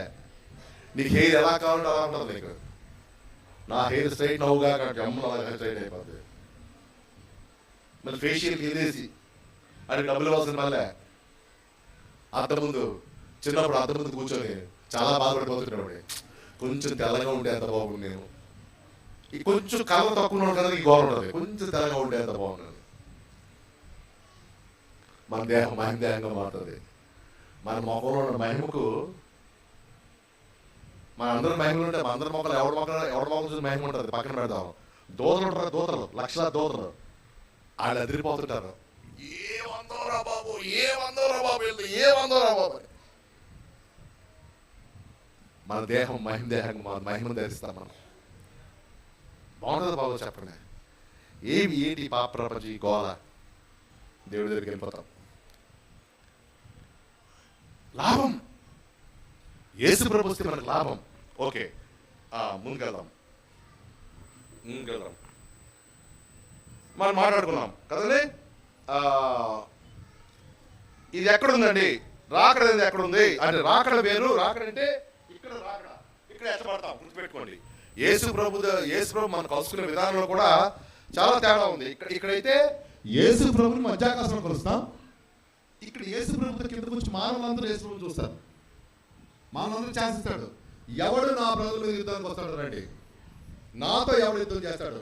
గమనించండి, సాతాను గాడికి దేవుడు మొదట ప్రపంచం చేసినప్పుడు నరజాతులను ప్రత్యేకించినప్పుడు, మనం చదువుకున్నాం నేను, నరజాతులను ప్రత్యేకించినప్పుడు దైవ కుమారుని సంఖ్యను ప్రకారం ప్రత్యేకించాడట. ఆయన ఆయన ఆయన ఆయన కింద కెరూబులు ఒక 70 మంది 80 మంది కెరూబులు ఉంటే సొంత కొడుకులా పెరిగారు దేవుడి దగ్గర. నా కుమారులారా మీకు ఒక బాధ్యత చెప్తున్నాను, అందుకు దైవ కుమారులు అని వాళ్ళ పేరు, వాళ్ళు కూడా దైవ కుమారులు కదా. మీకు ఒక బాధ్యత చెప్తున్నాను, నా పోలికలు నా స్వరూపం నరుని చేశాను.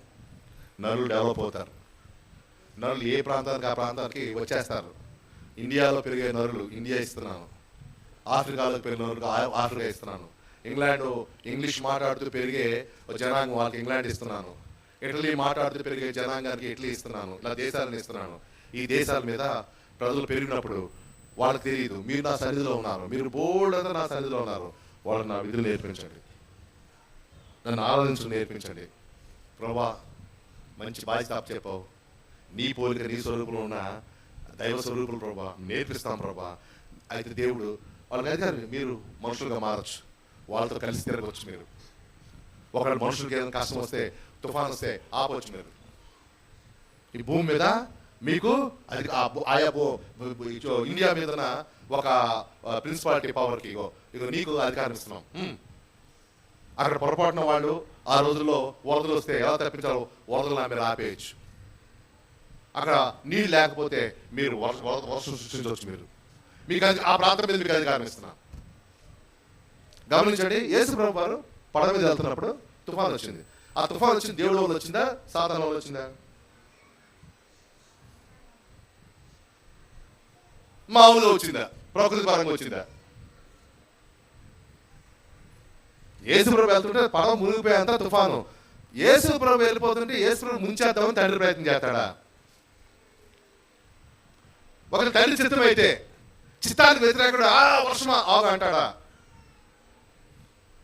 వర్షం దేవుడి చిత్తం అయితే దేవుడి చిత్తానికి వ్యతిరేకంగా యేసు ప్రభు ఆగు అంటాడా? ఆ రోజు నా తుఫాన్ రావడం దేవుడి చిత్తం అయితే యేసు ప్రభు దేవుడి చిత్తానికి వ్యతిరేకంగా దేవుడి చిత్తమైన నాకు ఆగు అంటాడా? ఎవరిదేంటది ఆ తుఫాన్? ఎవరిదేంటది? సాతాను. మీకు అర్థమైందా?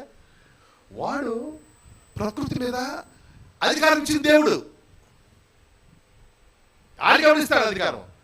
సాతానే కాదు. ముందు సాతాను సంగతి పక్కన పెడతాం. వాడు పడిపోయిన దూత వాడు దేవుడిని వ్యతిరేకించి పడిపోయాడు. భూమి మీద ఆయన సన్నిధిలో పెరిగిన కెరూబులు గొప్ప గొప్ప శక్తి గల పెద్ద ప్రిన్సిపాలిటీస్, పవర్స్. ఈ ప్రాంతాన్ని కెరూబు నువ్వు రాజుగా ఉండు, నీ కింద ఈ యొక్క కెరూబులు అందరూ కొంతమంది నీకు కింద ఉంటారు. ఆ కింద చిన్న దూతలు వాళ్ళు సపోర్ట్ చేయడానికి మీద మీకు రాజ్యంగా మీకు పయనిస్తున్నాను. కింద భూమి మీద ప్రజలు చూసుకోండి ఇస్తే వాళ్ళేం చేశారు? దేవుడు ఇచ్చిన అధికారాన్ని శక్తిని వాళ్ళు దుర్వినియోగం చేసి వాళ్ళకి అధికారం ఇవ్వడింది. ఎవరిచ్చారా అంటే ప్రధానత్వం కోల్పోయినా అన్నది. వాళ్ళ కిందకు వచ్చి వ్యభిచారం చేశారన్నది. ప్రధానత్వం కోల్పోయాడు. ప్రధానత్వం ఎవడిచ్చాడు? దేవుడు అయిపోతే ఎలా వస్తుంది అధికారం? అంత ప్రపంచం అంతా ఇచ్చాడు కదా. ఇజ్రాయెల్ ప్రాంతం మాత్రం మీరు ఎవరు చూసుకోవచ్చు, మరి నేను చూసుకుంటా అన్నాడు. వాళ్ళందరూ తిరుగుబాటు చేసి ఆయా రాజ్యాల్లో దేవుడి యొక్క మార్గాన్ని మూసేశారు. దేవుడు బిడ్డలను చంపారు. దేవుడు రాజ్యాన్ని రాకుండా ఎవడు మట్టుకాడు ఎస్టాబ్లిష్ చేశారు. కానీ ఇజ్రాయెల్ దేశం మాత్రం దేవుడు కోరికని చేసినాడు. ఇజ్రాయెల్ ప్రజలు ఇండియా వాళ్ళకి ఇండియా ఇచ్చినట్టు, ఇంగ్లీష్ మాట్లాడే వాళ్ళకి ఇంగ్లాండ్ ఇచ్చినట్టు ఇజ్రాయెల్ దేశం యూదులది. చెప్పండి, ఎందుకంటే అబ్రహాం వాగ్దానం చేశాడు కాబట్టి. యెరూషలేము పట్టణము రాజధాని. రాజధాని ఉంటే రాజు ఉండాలిగా. యేసు ప్రభు రాజు. ఇది దేవుడి చిత్తం. చెప్పండి, 3 విషయాలు చెప్పండి. ఇజ్రాయెల్ దేశము యూదులకు ఇవ్వబడాలి. యెరూషలేము పట్టణము ఆయన రాజధానిగా చేసుకొని యేసు ప్రభు రాజుగా ప్రపంచాన్ని అంతా పరిపాలించాలి. ఆ యెరూషలేము పట్టణం నుంచే, ఎందుకంటే దేవుడు చూస్ చేస్తున్నాడు. అక్కడి నుంచి ఆశీర్వాదం బయటకు వెళ్తుంది, అక్కడి నుంచి జీవం బయటకు వెళ్తుంది, అక్కడి నుంచి శాంతి బయటకు వెళ్తుంది. ప్రపంచ నాయకులందరూ శాంతి శాంతి శాంతి అంతా కొట్టుకున్నా శాంతికి అధిపైతేనే యేసు ప్రభు రాజుగా రాకపోతే ప్రపంచంలో శాంతి రాదు. పాపం ఇజ్రాయెల్ ప్రజలు మొన్న నెతన్యాహు ఇరాన్తో అంటాడు. ఇరాన్ పాపం ఇజ్రాయెల్ దేశం చుట్టూ ఉన్న ఆ దేశాలకి ఇరాన్ నుంచి మందుగుండు సామాన్లు, ఇరాన్కి కోట్లు, 100,000 కోట్లు ఆ దేశం డెవలప్ చేసుకోకుండా ఇరాన్ దేశాన్ని ఆ డబ్బుతో అది ఎన్ని స్కూల్స్ కట్టొచ్చు, ఎన్ని ప్రాజెక్టులు కట్టొచ్చు, ఎంత ఫ్యాక్టరీలు పెట్టొచ్చు, ఎంత ప్రజల్లో ఎంత బెదిరింపు చేయొచ్చు, ఆ డబ్బు అంతా తీసుకెళ్ళి రే ఇజ్రాయెల్ మీద బాంబు లేదా, రే ఇట్లా ఇజ్రాయెల్ మీద బాంబు లేదా, అటు లెబనాన్కి, అటు హమాస్కి, అటు గాజాకి, అటు సిరియాకి, ఇరాన్ పాపం నెతన్యాహు ఒక స్టేట్మెంట్ ఇచ్చాడు, ఇరాన్ ప్రజలారా నేను యుద్ధానికి వస్తే మీకు వ్యతిరేకం కాదు, నేను మీ గవర్నమెంట్ వ్యతిరేకని. వాళ్ళు మమ్మల్ని నాశనం చేయడం కోసం ఈ డబ్బు ఈ 1000 కోట్లు ఖర్చు పెట్టడం కంటే వాళ్ళు మీ స్కూల్స్ మీద పెట్టుకోవచ్చుగా, మీ ప్రాక్టీస్ పెట్టుకోవచ్చు, మీరు డెవలప్ అవ్వచ్చు ఆ డబ్బుతో. సాతాను గాడు ఇజ్రాయెల్ దేశంలో యూదులు లేకుండా ఎన్నిసార్లు ప్రయత్నం చేశాడు. చాలా సార్లు యూదులు 2000 సంవత్సరాలు చెదిరిపోబడ్డారు. సాతాను గాడికి తెలుసు యూదులకు వచ్చారా యెరూషలేము స్థాపించబడుతుంది, యెరూషలేము స్థాపించబడిందా యేసుప్రభు వస్తాడు, యేసుప్రభుని కనుక రమ్మన్నారా యేసుప్రభు వస్తాడు. యేసు వచ్చాడా? మొత్తం ఇజ్రాయెల్ దేశాన్ని కనుక ప్రపంచం లేకుండా చేసే పరిస్థితి దేవుడిది. అది దేవుడికి అధికారం ఉంది ఆ ప్రాంతం మీద, దేవుడికి అధికారం లేకుండా చేద్దామని ఆడు మొదటి నుంచి కూడా ఇజ్రాయెల్ మీద యుద్ధమే, ఇజ్రాయెల్ దేవుడు ఇవ్వగానే అమ్మో ఇజ్రాయెల్ బయటకు తరమాలంటే ఏం చేయాలి, ముందు ఇజ్రాయెల్ నేర్చుకుంటాడు దేవుడికి వ్యతిరేకంగా. దేవుడు కోపం వచ్చాడు, తరిమేస్తుండేవాడు. గమనించండి, యెరూషలేము రాజధాని ఇప్పుడు దాకా ఒప్పుకోలేదు. 48లో ఇజ్రాయెల్ చేసి యెరూషలేము రాజధానిగా ఒప్పుకోలేదు. 2017లో ట్రంప్ వచ్చి యెరూషలేముని రాజధానిగా డిక్లేర్ చేశాడు. యేసుప్రభు రాబోతున్నాడు. యేసుప్రభు వచ్చు అలా ఎటకారం వద్దొద్దన్నా అలా వచ్చే రకం అంతా యేసుప్రభు అంతా పూసుకొని రావాల్సిన పని యేసుప్రభుకి ఏం లేదు. ఇక్కడ యేసుప్రభా నువ్వు మా మెషాయివి, నువ్వు రాకపోతే అయిపోతాం, మేము గుర్తిస్తున్నాం, మేము గ్రహిస్తున్నాం, దేశం అంతా కలిసి పిలుస్తున్నాం రా. యెరూషలేము రాజధానిగా యేసుప్రభు రాజుగా వచ్చినప్పుడే ప్రపంచానికి శాంతి, సమాజ నిర్మాణం. ఇప్పుడు ఆర్థిక శాస్త్రవేత్తలు, మానసిక శాస్త్రవేత్తలు, సాంఘిక శాస్త్రవేత్తలు, పొలిటీషియన్స్, బ్యాంకర్స్, ఉద్యోగస్తులు ప్రపంచంలో శాంతి రావాలి, ప్రపంచ సమాధానం రావాలి. శాంతికి సమాధానకర్త అధిపతి, ప్రిన్స్ ఆఫ్ పీస్. సమాధానకర్తకి అధిపతి యేసుప్రభు వచ్చేంత వరకు కూడా భూమికి శాంతి ఉండదు, పెరిగిపోతుంది, ఇంకా అశాంతి పెరుగుతుంది, అశాంతి పెరుగుతుంది, జరుగుతుంది. ఈ యొక్క 3 ఏళ్ల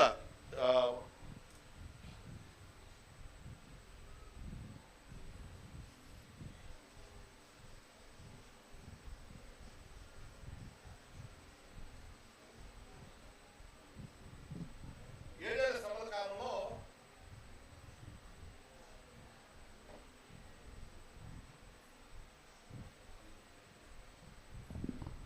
ఆ 7 ఏళ్ల శ్రమల కాలం మనం ఎత్తపడే టైం వచ్చింది, ఎత్తపడతాం. ఒకవేళ ఇక్కడ ఉండిపోతే ఎవరికి ఉండిపోతుంది, కనీసం ఒకరిని చూపించడే చేయి, ఎవరికి నాకు లేదు. ఓకే, మనం ఎత్తపడిపోయిన తర్వాత ఎప్పుడు ఎత్తపడతాం? దశరథుడు రాసిన పత్రికలు ఏముందంటే, నాశన పాత్రగా పాప పురుషుడు బయలుపడితే యాంటీ క్రైస్ట్ వచ్చిన వెంటనే ఆడే అటాక్ స్టార్ట్ చేయడాడు. వాడిని ప్రపంచమంతా కూర్చుంది అధికారం ఇవ్వాలంటే ఆడేదో మంచి పనులు చెయ్యాలి, కొన్ని సెటిల్మెంట్లు చేయాలి, వాడు స్థిరపడాలి, రాజుగా స్థిరపడాలి. రాజుగా స్థిరపడడానికి 2 సంవత్సరాలు 3 సంవత్సరాలు తీసుకునేటప్పుడు టైము. తర్వాత ఇజ్రాయెల్ ప్రజలతో 7 ఏళ్ళ పాటు శాంతి ఒప్పందం చేసుకుంటాడు. అప్పుడు శ్రమల కాలం. యాంటీక్రైస్ట్ రాగానే అందరూ శ్రమలు పెట్టి చంపేడాడు. వాటి టైంలో మనం ఉంటాం. వాడు మనం చంపి కొట్టే టైం వచ్చేసరికి పారిపోతాం, అక్కడి నుంచి వెళ్ళిపోతాం అని చూస్తాం. రేపు ఎన్నో డిక్లేర్ చేసినా ఆశ్చర్యపోతున్నారు. రేపు 1 వరల్డ్ ఆర్డర్, రేపు మార్నింగ్ హఠాత్తుగా బ్రేకింగ్ న్యూస్ ఆశ్చర్యపోతున్నారు. అటు వచ్చిన కంగారు పడవలసిన పల్లె, ఆ రాగానే కంగారు పడవలసిన పల్లె అని చూస్తాం. అటు రాగానే అందరినీ చంపుకుంటే వెళ్ళడం, అప్పుడే అటు స్థిరపడాలి, బలపడాలి, వాడు కొన్ని పనులు చేయాలి. వచ్చి కాశ్మీరు పాకిస్తాన్ ఇష్యూ సెటిల్ చేస్తాడు, అటు తైవాన్ చైనా ఇష్యూ సెటిల్ చేస్తాడు, రకరకాల ఇష్యూలు సెటిల్ చేస్తాడు. అందరూ అబ్బా ఓహో ఆహా ఓహో అనుకుంటారు. అటు అందరికి శాంతి. చంపకడురా, చంపడం తప్పురా, కొట్టకడురా, ఒక చెప్ప కొడుతూ ఇంకో చెప్ప చూపించరా అంటుంటాడు ఫస్ట్ నాడు. ఆయన మాటలు అందరూ మోసపోతారు. అబ్బా. ఇక హిందువులేమో మాకు రాబోతున్న కలికి ఈయనే అంటారు వీళ్ళు. యూదులేమో బహుశా మా మెస్సయ్య ఏమో అంటారు వాళ్ళు. మేము ఎదురు చూస్తున్న మెస్సయ్య ఆయన యూదులు అంటారు. ఆ మహమ్మదీలు లెక్క అని ఒకడు వస్తాడు అని వాళ్ళు ఎదురు చూస్తున్నారు. ఆడేమో అని వాళ్ళు అనుకుంటారు. అందరు ఎవడు మట్టు కాడు దేవుడు ఈయన రప్పించాడు బాబు అని అది బలపడతాడు. రాగానే చంపుకుంటూ ఎవడిస్తాడు ఛాన్స్. అది ఒక చంపకుంటున్నా ఇంకో చంపకుంటున్నా బాబు అంటాడు అనమాట. ఉత్తిరే దొంగ వేదన. ప్రపంచంలో ఎంతవరకు అంతటి దొంగ వేదన ఇంకొకటి ఎవడు లేడు, అంత క్రూడ్ ఎవడు లేడు. వాడి చేత్తో 1/3 ప్రజలను ఆడి చంపుతాడు. అంటే 600 కోట్ల జనాభాలో ఒక 150-200 కోట్ల జనాభాను ఆడి చంపుతాడు. అంత భయంకరుడు. ముందు భయంకరంగా ఉండదు. ఆడు కొత్త మతం స్టార్ట్ చేస్తాడు. కొత్త దేవుడికి అన్ని మంచిది చెడు అంటాడు. చెడుని వచ్చేసింది, ఆ యాంటీ క్రైస్ట్ స్పిరిట్ వచ్చేసింది. మొన్న ప్యారిస్ ఒలింపిక్స్లో ఎల్జిబిటిక్యూ మగోళ్ళు ఆడవాళ్ళ వేషం వేసుకొని డ్యాన్స్ వేశారు. మీరు గుర్తుని చూసారు లేదో నాకు తెలియదు.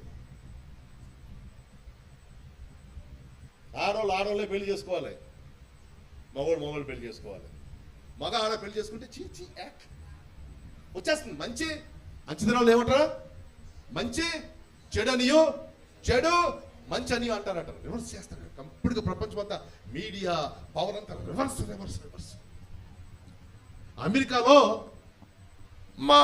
మా మరదల పిల్లల్లో ఆడు కొడుకు వచ్చి ఇంటికి వచ్చి, మమ్మీ నేను ఆడపిల్లనా మగపిల్లనా అన్నాడట. అరే నువ్వు బాయ్రా, మీ అలా ఏం చేస్తారు స్కూల్స్లో?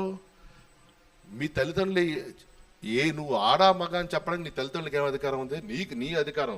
నువ్వు ఆడపిల్ల అనుకోవచ్చు, ఆడపిల్ల డ్రెస్ వేసుకోవచ్చు. ఆ స్కూల్లో చెప్తున్నారు. కొంతమంది పిల్లలు అటు కొలీగ్స్ మగోళ్ళు ఆడపిల్ల డ్రెస్ వేసుకొని వస్తున్నారు. అంటే ఏం చేస్తారన్నమాట? ఏం చేస్తున్నారు? వీళ్ళ ఐడెంటిటీ కూడా, అరే మగోడే మగ ఆడ తేడా లేదా? ఆడ మగ తేడా లేదా? ఎక్కువ తక్కువ అంటలేదు, ఆడ ఎక్కువ మగ తక్కువ అంటలేదు. తేడా లేదా? దేవుడు తేడాగా సృష్టించి నీ బాడీ అంతా తేడాగా సృష్టించలేదా? మరి నేను ఆడపిల్లనా మగపిల్లనా అని అనుకుంటాడు వీడు. వీడికి బుర్రా బుద్ధి లేదు. వీడికి మార్చేస్తున్నారు. అమెరికాలో భయపడిపోతున్నారు. పిల్లలకి ఎవరైనా నువ్వు మగోడివి, ఆడపిల్ల కాదు, నువ్వు మగోడివి, ఎవరన్నా ఆడపిల్లగా అనుకుంటే అలా అనుకోవద్దు, రాంగ్ అది. దేవుడు క్రిస్టియన్స్ అందరూ కూడా పిల్లలకి బోధించి స్కూల్కి పంపిస్తున్నారు. స్కూల్లో ప్రిన్సిపాల్ అందరూ మీటింగ్ పెట్టి, మీరు ఆడా మగ అని మీ చేతిలో లేదు, మీరే అనుకోవచ్చు, మీ తల్లిదండ్రులు చెప్పడానికి ఆ హక్కు లేదు వాళ్ళకి, మీరే డిసైడ్ చేసుకోండి. నువ్వు ఆడపిల్ల మగోడు అనుకుంటే అనుకోవచ్చు, మగోడు ఆడపిల్ల అంటే అనుకోవచ్చు. ఏం చేస్తున్నారు వాళ్ళు? ఏం చేస్తున్నారు? అంత్యక్రీస్తు యొక్క ఆత్మ ప్రబలిపోయింది. భయపడిపోతున్నారు. పిల్లలు రాగానే, నాన్న నువ్వు మగోడివి, ఆడపిల్ల కాదు, మగోడు ఆడపిల్ల కాదు. స్కూళ్ళలో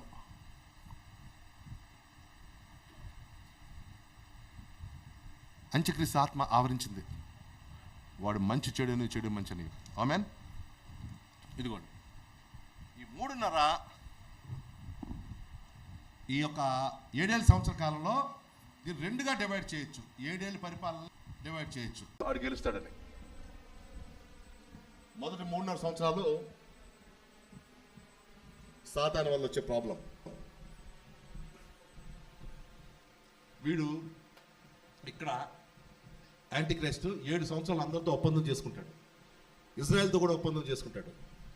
ఇజ్రాయెల్కి దేవాలయం కడతాడు. బహుశా మనం ఉంటుండగానే దేవాలయం కట్టబడడం చూస్తామేమో మనం. అయితే వెళ్ళిపోయిన తర్వాత దేవాలయం 3 రోజుల్లో కట్టేస్తారట. ఇజ్రాయెల్ ప్రజలు దేవాలయాన్ని కడతారు.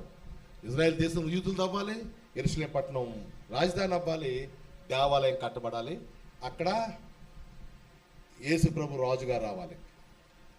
3 జరుగుతున్నాయి. యెరూషలేము దేవాలయం కట్టబడుతుంది. 3 రోజులు కట్టేస్తారు దేవాలయాన్ని. 3 రోజుల్లో కడతారు. వాడు యాంటీ క్రైస్ట్ 3.5 సంవత్సరాలు బాగానే ఉంటాడు. 3.5 సంవత్సరాలకి నిబంధన ఆడు, మీరు పరిశుద్ధ స్థలంలో నా విగ్రహాన్ని పెట్టండి అంటాడు. అసలు యూదులకు అప్పుడు దాకా కళ్ళు కళ్ళు ఎక్కడుంటా అయ్యగారులకి మా మెస్సయ్య మెస్సయ్య మెస్సయ్య మెస్సయ్య అనుడు విగ్రహం పెట్టమంటాడా? బైబిల్లో మొదటి సూత్రమే, పైన ఆకాశం ముందు కానీ కింద భూమి మీద కానీ ఏ రూపాన్ని చేసుకోకూడదు. నా రూపం పెట్టినంటాడు మెస్సయ్య. అది అర్థమైపోతుంది, రే వెళ్ళిపో, బయటికి వెళ్ళిపో. వాడు పగబడతాడు. ఈ మిగతా 3.5 సంవత్సరాలు వీడి నిజంలో చెప్తున్నాను మీకు, ఎవడైతే చూడండి ప్రకటన గ్రంథం 13వ అధ్యాయము 15 నుంచి 18 వరకు ఎవరు చదువుకుంది వచ్చేసి. మరియు ఆ మృగం యొక్క ప్రతిమ గమనించండి, సాతానుగాడు వాడి యొక్క ప్రతిమను, అంటే వాడి యొక్క రోబో ప్రతిమను తయారు చేయించి ప్రతి చోట పెడతాడు. ఆ ప్రతిమ అంటే బొమ్మకి, వాడి రూపం చేసి బొమ్మకి మాట్లాడే అధికారం ఉంది. ఇప్పుడు బొమ్మలు మాట్లాడుతున్నాయి లేదు చెప్పండి. సోఫియా అని 7-8 రకాల బొమ్మలు తయారు చేశారు ఇప్పుడు కంపెనీలు. ఆ Sophia, what nonsense you are talking, we're not talking.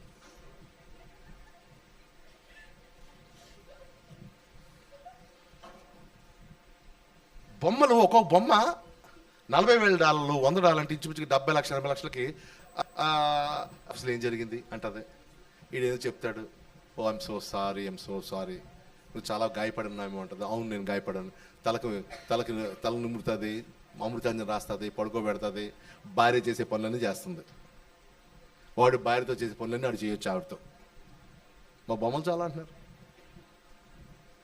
వీళ్ళని పోప్ పాల్ పిలిపించి 1 రోజులు మీటింగ్ పెట్టాడు. ఈ మాట్లాడే బొమ్మలు తయారు చేసేవాడిని, అదే రోబోట్ని తయారు చేసేవాడితో పోపుతో ఏం పని అని చాలామంది ఇంట్రాగేట్ చేశారు. ఎవడు కనిపెట్టలేకపోయాడు. ఈడే యాంటీ క్రైస్ట్ బొమ్మలు తయారు చేసి ఆ బొమ్మకు మాట్లాడడానికి శక్తిని ఇవ్వడం అంటే ప్రోగ్రామ్ చేయడం అనమాట. ప్రతి వీధి చివర పెడతాడు. ఎవడైతే ముద్ర వేసుకోలేదో ఆడి దగ్గరికి వెళ్తారు. చదువునా చెప్పండి. ఆ మృగం యొక్క ప్రతిమకు నమస్కారం చేయని వాడు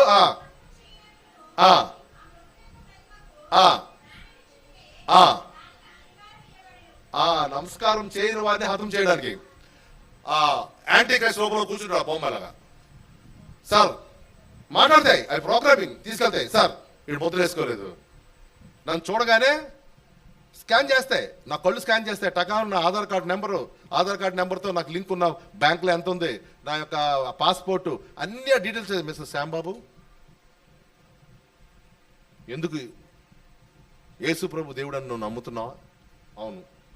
కాదు, ఇప్పుడు వచ్చిన అలెగ్జాండర్ మెస్కాషియస్ హెచ్ఎస్యో అతనే దేవుడు అంటాం. ఆడి పేరు ఏదో తెలియదు మనకి. యాంటిక్రైస్ట్ గారి పేరు ఏదో మనం అనుకుందాం, అలెగ్జాండర్ మెస్కాషియో అనుకుందాం అండి. ఆడి పేరు అలెగ్జాండర్ మెస్కాషియో. మొత్తం దేశం అంతా ఆడుస్తుందండి. ఆడు దేవుడు కాదు. దేవుడు అని అన్నం ఒప్పుకోకపోతే ఏం జరుగుతుందో తెలుసా? నువ్వు చంపేస్తావు. నీకు తెలిసే చేస్తున్నావు అనమాట. ఇంకొకసారి అడుగుతున్నాను, ఆ దేవుడు ఆయన దేవుడిని మొక్కి ముద్ర వేయించుకోను. లేజర్ రేసు ఎలాగంటే కళ్ళలోంచి లేజర్ రేస్ వస్తాయి, కాలిపోతాం. లేజర్ రేస్ పడితే లేజర్ రేస్తో పైనుంచి భవనాలే బూడి చేస్తున్నారు. మనల్ని బూడి చేయడం ఎంతసేపు? హతం చేస్తుంది. ఆ ప్రతిమ హతం చేస్తాడు మనల్ని. ఆ బొమ్మలు హతం చేస్తాయి. బొమ్మ అంటే ఏంటి? లేజర్ రేస్ ఫిక్స్ చేస్తారు. అది మొత్తం అది పెద్ద కంప్యూటర్కి కనెక్ట్ అయి ఉంటుంది. మనం చూడగానే కళ్ళలో స్కాన్ చేస్తాం మన కళ్ళు. చెప్పేస్తే శ్యాంబాబు నీకు నీ భార్య పేరు సునీత, మరి వాళ్ళ గురించి నువ్వు ఎప్పుడైనా ఆలోచించావా? వాళ్ళ పీకలు తీసేస్తే పర్లేదా? పర్వాలేదు, వాళ్ళని కూడా పట్టరండి, పట్టుకొస్తారు. ఒప్పుకుంటావా? నీ భార్యని ఇంకా చంపే అది చూస్తాడు. రేస్ వెళ్తాయి, ఏముంది? ఇప్పుడు లేజర్ రేస్ కొట్టేస్తున్నారు, లేజర్ రేస్ బిల్డింగ్ రేస్ మడా చేస్తున్నారు. లేజర్ రేస్ ఫిక్స్ చేసిన కళ్ళలోకి వచ్చిందా? ఎంతసేపు మనం చంపబడతాం. లేకపోతే లేజర్ వేస్తే ఇలా కట్ చేస్తే మామూలుగా కూడా కట్ అవుతుంది. లేజర్ వేస్తే కట్ చేస్తే ఇలా కట్ చేస్తే ఇలాగ లేజర్ వేస్తే ఇలాగ అన్నారంటే నా మొండు సగం కట్ అయిపోద్ది, ఇవన్నీ కట్ అయిపోతాయి. వాడు చూపులతో రేజర్ రేస్ క్రియేట్ చేసి ఇలా అంటాడు, పీక తెగిపోద్ది మంది. నెక్స్ట్ అంటాడు, ఆయన చూసిడా బాబు ముగ్గు. నిజంగా దేవుడు పెట్టి అయితే చచ్చిపోయాం. ముద్ర వేయించుకున్నావా? చూడండి ఇక్కడ 14:9 నుంచి 12 వరకు.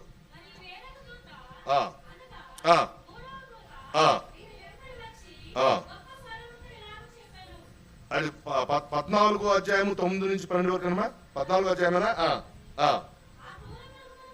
ఆ క్రోముఖం కానీ దాని ప్రతిమకు కానీ ఎవడైనా నమస్కారం చేసి తన నొసటి యందు చేతి మీద ఆ ముద్ర వేయించుకొని ఎడలా, ముద్ర మామూలుగా కాదు, ఆ వచ్చి ఆయనే దేవుడు, ఇంకే దేవుడు లేడు, నిన్ను దేవుడుగా అంగీకరించున్నాను అని చెప్తే కానీ ముద్ర పడదు. ఆ ప్రతిమ మొక్కి ప్రతి వీధిలో కూడా ఒక ప్రతిమ పెడతారు. ఎంతసేపు? ఇంటర్నెట్ కనెక్షన్, దాంట్లో హెవీ లేజర్ రేస్ క్రియేట్ అయ్యే ఆ మిషన్ పెడతారు. ఆ లేజర్ వేస్తే ఇలా పీకట్ అయిపోతాయి. ఆ ప్రతిమకు కానీ మొక్కి ఎవడైతే ముద్ర వేయించుకుంటాడో ఏమయో కలపకుండా దేవుని ఉగ్రత పాత్రను పోయబడిన దేవుని కోపము మద్యమును వాడు తాగును, పరిశుద్ధ దూతలు ఎదుట గొర్రెలు ఎదుట అగ్ని గంధకము చేత వాడు బాధింపబడను. ఎవడైతే ముద్ర వేయించుకున్నాడో గమనించండి, 7 ఏళ్ళ పరిపాలనలో కొంతమంది బైబిల్ చావడానికి ప్రయత్నం చేస్తారు, చావరట. ఎవడైతే ముద్ర వేయించుకున్నాడో ఆడికి బాధాకరమైన చెడ్డపుళ్ళు పుడతాయి. అందరికీ కాదు, చావడానికి ప్రయత్నం చేస్తాడు, చావడంట. ఎవడు చావడంటే మనం చేస్తాం. ఎవడు చావడు? ఈ బాధ తట్టుకోలేక చావడు. ఏదో ఉంది ముద్రలో. ఫస్ట్ సాతానికి మొక్కడం అదొక తప్పు. మొక్కితే కానీ ముద్రేరు. ముద్రలో ఏదో ఉంది. ఒకసారి సిడ్రాస్ చూపనేచర్లో ఒక ఇద్దరు జెనెటిక్ సైంటిస్టులతో ఇంటర్వ్యూ జరిగింది. అవన్నీ నేను తెలుగు చేసి పెడతాను మీకు. వాళ్ళిద్దరు ఏం చెప్పారంటే, ఒకడు ఇలా ఆకాశం కూర్చొని ఇలాగా గాలిలో ఇలా తేలిపోగలడట 10 అడుగుల పైకి. పిచ్చోడు అయిపోయాడు. అని టెస్ట్ చేస్తే వాడి జీన్స్లో వాడి డిఎన్ఏ హ్యూమన్ డిఎన్ఏ కాదు, మన డిఎన్ఏ కాదంట, మనుషుల డిఎన్ఏ కాదంట. అడిగి ఎవడు ఎక్కించాడో ఎలా ఎక్కించాడో తెలీదు. ఆ రక్తంలో ఆ డిఎన్ఏ తీసి మన మానవ రక్తం మీద పెడితే మన మానవ రక్తంలో డిఎన్ఏని ఆ డిఎన్ఏ మార్చేస్తుందంట. ఆ డిఎన్ఏ మానవ రక్తాన్ని మార్చేస్తుంది. ఆ డిఎన్ఏని ఇంచుమించుగా 1800-1000 సెల్సియస్ కింద కాల్స్తే కూడా కాలేదంట. ఏదో కుట్ర ఉంది, ఆ ముద్రలో ఏదో కుట్ర ఉంది. ఒక్కసారి ఆ ముద్ర ఎంచుకున్నావా మన డిఎన్ఏ మారిపోద్ది. మన పశ్చాత్తాపడడం కానీ, ఎవరైనా చంపడం అంటే పీకలన్నీ కోసుకెళ్ళిపోవడం, మనసాక్షి పనిచేయదు. అందుగురించి ఏదో ఉంది, ఆ ముద్రలో ఏదో ఉంది. ఎవడైనా ముద్ర ఎంచుకుంటే వాడు ఏమీ కలపకుండా దేవుని ఉగ్రతను తాగుతాడు. అగ్ని గంధకాలతో ఆడికి రక్షణ ఉండదు. ఆడు మారుమనసు పొందిన రక్షణ ఉండదు దానికి. ఆ రోజు రాబోతుంది ఈ 7 ఏళ్ళ పరిపాలనలో. ఇవి మాత్రమే కాదు, ఇక ఇంకొక కొద్ది నిమిషాలు ముగించేద్దాం. నాన్న, దేవుడు ఉగ్రత కుమ్మరించబడుతుంది భూమి మీద. లేడా ఎవరు? సన్నీ లేడా?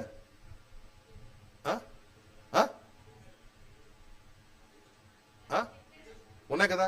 మొదటి పాత్ర ఫస్ట్ బౌల్, ఫస్ట్ బౌల్ ఎక్కడుంది? ఫస్ట్ బౌల్, సెకండ్ బౌల్, ఒకటి చూపించండి. అలా కదా, పెద్దగా చూపించలేదా? నాది లేకుండా, నా ఫిగర్ లేకుండా. 7 సీల్ పక్కన పెట్టి, 7 సీల్స్ కాదు, 7 బౌల్స్. అలా ఒకటొకటి చూపించాలి. అలా అన్ని ఒకసారి వేసేస్తే ఎలాగా? అది వదిలే, ఇది కాదు. 7 బౌల్స్ లేవా? 7 ట్రంపెట్స్ లేవా? పెట్టమని చెప్పాను నేను. Is the October 2nd Jesus Christ. Certain that the darkness persists phenomenon, 6 such as the stars of heaven falling to the earth, which are most likely meteorites, and every phone కొట్టండి. సరే, చదివేస్తాను లైన్గా, చదువుతాను వినండి.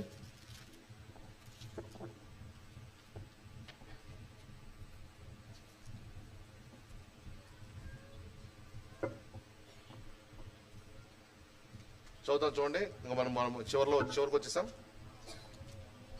Anti Christ చంపడం మాత్రమే కాదు, తర్వాత 3.5 సంవత్సరాలు ఏం చూద్దాం. 16:1 16:1 మరియు మీరు పోయి దేవుడి కోపంతో నిండిన 7 పాత్రలను భూమి మీద కుమ్మరించుడని ఆలయంలో నుండి ఆకాశంలో ఇదిగో ప్రజల మీద ఉగ్రత కుమ్మరించండి అని దేవుడు చెప్తాడు. అప్పుడు అంతటి మొదటి దూత వెలుపలికి వచ్చి తన పాత్రను భూమి మీద కుమ్మరించగా ఆ క్రూర మృగము యొక్క ముద్ర ఎవడైతే ఎంచుకున్నాడో వాడి ప్రతిమకు నమస్కారం చేయవారికి బాధాకరమైన చెడ్డ పుండ్లు పుట్టేనో. ఎవడైతే ముద్ర ఎంచుకున్నాడు ఆడి ఎంతో కాలం ఆ తిండి కోసం ఆశపడి ఎంచుకుంటాడు, కానీ ఆయన ఎంతో కాలం సుఖంటాడు. వెంటనే ఆడికి ఒండి బాధాకరమైన పుళ్ళు వస్తాయి. చావడానికి ప్రయత్నం చేసిన ఆడు చావడు, మనం చచ్చిపోతే వాడు చావడు. ఆ డిఎన్ఏ లోపం. ఆ డిఎన్ఏ 800-1000 డిగ్రీ సెల్సియస్ దగ్గర కూడా డిఎన్ఏ నశించిపోలేదంటే మన బాడీ అంతా ఆ డిఎన్ఏతో మారిపోయిందంటే మన బాడీ అగ్ని వేసినా కాదు.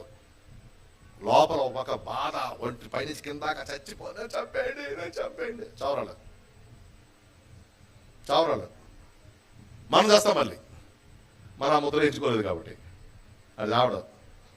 అది పడే వేదన బతిమాలుకుంటాను, నన్ను చంపేయండి ప్లీజ్, నన్ను చంపి తట్టుకోలేకపోతున్నాను ఈ బాధ. కాకుండా చచ్చిపోతే అది బహుశా అది ఆ పరిస్థితిలో 1 సంవత్సరం 2 సంవత్సరాలు ఉంటారేమో. తర్వాత ఆ ప్రభావం పోయిన తర్వాత మరి వాళ్ళు మామూలు మనుషులు అయిపోతారేమో. బాధాకరమైన చెడ్డ పుళ్ళు పడతాయి. రెండవ దూత సముద్రం రక్తం అయిపోయింది. సముద్రంలో జీవితం అన్ని చచ్చిపోయాట. అదే సముద్రం రక్తం అయిపోతే మన నీళ్ళు మంచి ఎలా వస్తాయంటారు మీరు? సముద్రంలో ఉన్న నీరు ఆవిరై మేఘాలుగా వచ్చి మన నీళ్లు కొమ్మరిస్తున్నాయి. వర్షాలు పడతాయి కాబట్టి మనకు నదులు ఉన్నాయి కాబట్టి చెరువులు బావులు నిండుతున్నాయి. సముద్రం నీరు రక్తం అయిపోతే ఏం పడుతుంది తర్వాత మేఘాల నుంచి? సముద్రం జంతువులు చచ్చిపోతాయి.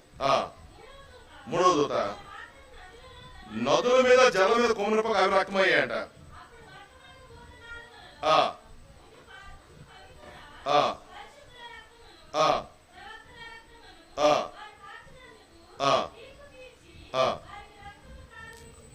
సముద్రం కాదు, ఇక్కడ మిగిలిపోతే చెరువులు నదులు వీటన్నిటి మీద కూడా రక్తంగా మారిపోతాయి. దేవుడు కొమ్మరించిపోతున్నాడు, రక్తంగా మారుతాయి. చచ్చుకుంటే దాహయాత్ర రక్తం తాగాల. అమ్మా నీళ్ళు అంటే ఉండకూడదు. ఒక ప్రశ్న అడిగారు, చిన్నపిల్లలు ఉండిపోతారా అని. చిన్నపిల్లలు ఉంటారా అని. చిన్నపిల్లలు ఉండరు. ఎందుకు ఉండరు చెప్తాను మీకు. ఎంతవరకు చిన్నపిల్లలు అది నాకు తెలియదు. మంచి చెడ్డలు వివేచన వచ్చేంత వరకు ఆ పిల్లలు, ఆ వివేచన వచ్చిన తర్వాత పిల్లలు కాదు. అక్కడి నుంచి గ్యారెంటీ లేదు. పిల్లలు వస్తుంటే రావడానికి వస్తుంటే యేసుప్రభు అన్నాడు, చిన్నపిల్లలు నా ఎదురు రానేడి, ఇలాంటి వాడితే పరలోక రాజ్యం. వీళ్ళు మారుమనసు పొందాలి, వీళ్ళు పరిశుద్ధులు అవ్వాలి, అలా వీళ్ళదే పరలోక రాజ్యం. అంటే అర్థం ఏంటి? చిన్నపిల్లలు ఒకసారి దావీదు తప్పు చేస్తాడు. ఆ గర్భవతి ఆవిడ సరే ఇంకా పెళ్లి చేసుకుంటాడు, గర్భవతి పుట్టిన పిల్లవాడికి జబ్బు పడిపోతాడు. దావీదు 10 రోజులు అన్నం తింటాడు, నీళ్ళు తాగడు, ఉపవాసం ఉంటాడు. ప్రభువా నా బిడ్డని కాపాడు అది చచ్చిపోతాడు. భయపడతారు సేవకులు. బట్ బతుకున్నప్పుడే అన్నం తినకుండా ఉన్నాడు, చచ్చిపోతాడేమో రాజు అని చెప్పడానికి భయపడుతుంటారు. రాజు లేదు ఏం జరిగింది అంటాడు, మహారాజా బిడ్డ చనిపోయాడు మహారాజా. వీళ్ళు భయపడతారు. చనిపోయాడు కానీ ఇంకా గుండె బాధేసుకొని మేడ మీద దూకేసి చచ్చిపోతాడేమో అనుకుంటారు. అలాగా అని ఒక నవ్వు నవ్వి స్నానం చేసి భోజనం చేస్తాడు. వీళ్ళకి అర్థం కాదు. గోలెట్టేసి నీళ్ళు మంచులు కూడా తాకుండా కింద మీద పడి ఏడ్చేవో చచ్చిపోవడానికి కానీ చక్కగా లేచి స్నానం చేసి భోజనం చేస్తున్నాం ఏంటి ప్రభు అని అడుగుతారు. ఒరే జబ్బు పడినప్పుడు దేవుడు కనికరించి ఆయన బాగుపడి చేస్తాడని ఉపాసన ప్రార్థన చేశాను. నీకు చనిపోయిన తర్వాత ఇంకేం చేయలేం కదా, నేను వాడి దగ్గరికి వెళ్ళాలి అంటే చిన్నపిల్లలు చనిపోతే ఎక్కడికి వెళ్తారు పరలోకం వెళ్తారు. ఆ టైంలో పిల్లలు ఉంచునేప్పుడు దేవుడు పాప ఈ శ్రమల్లో పిల్లల్ని ఎంతవరకు పిల్లలు అది నాకు తెలియదు, మంచి చెడు వివేచన వచ్చేంత వరకు ఏ ఏజ్ వరకు అని నాకు ఐడియా లేదు దానికి, ఏ ఏజ్ వరకు నాకు ఐడియా లేదు దానికి.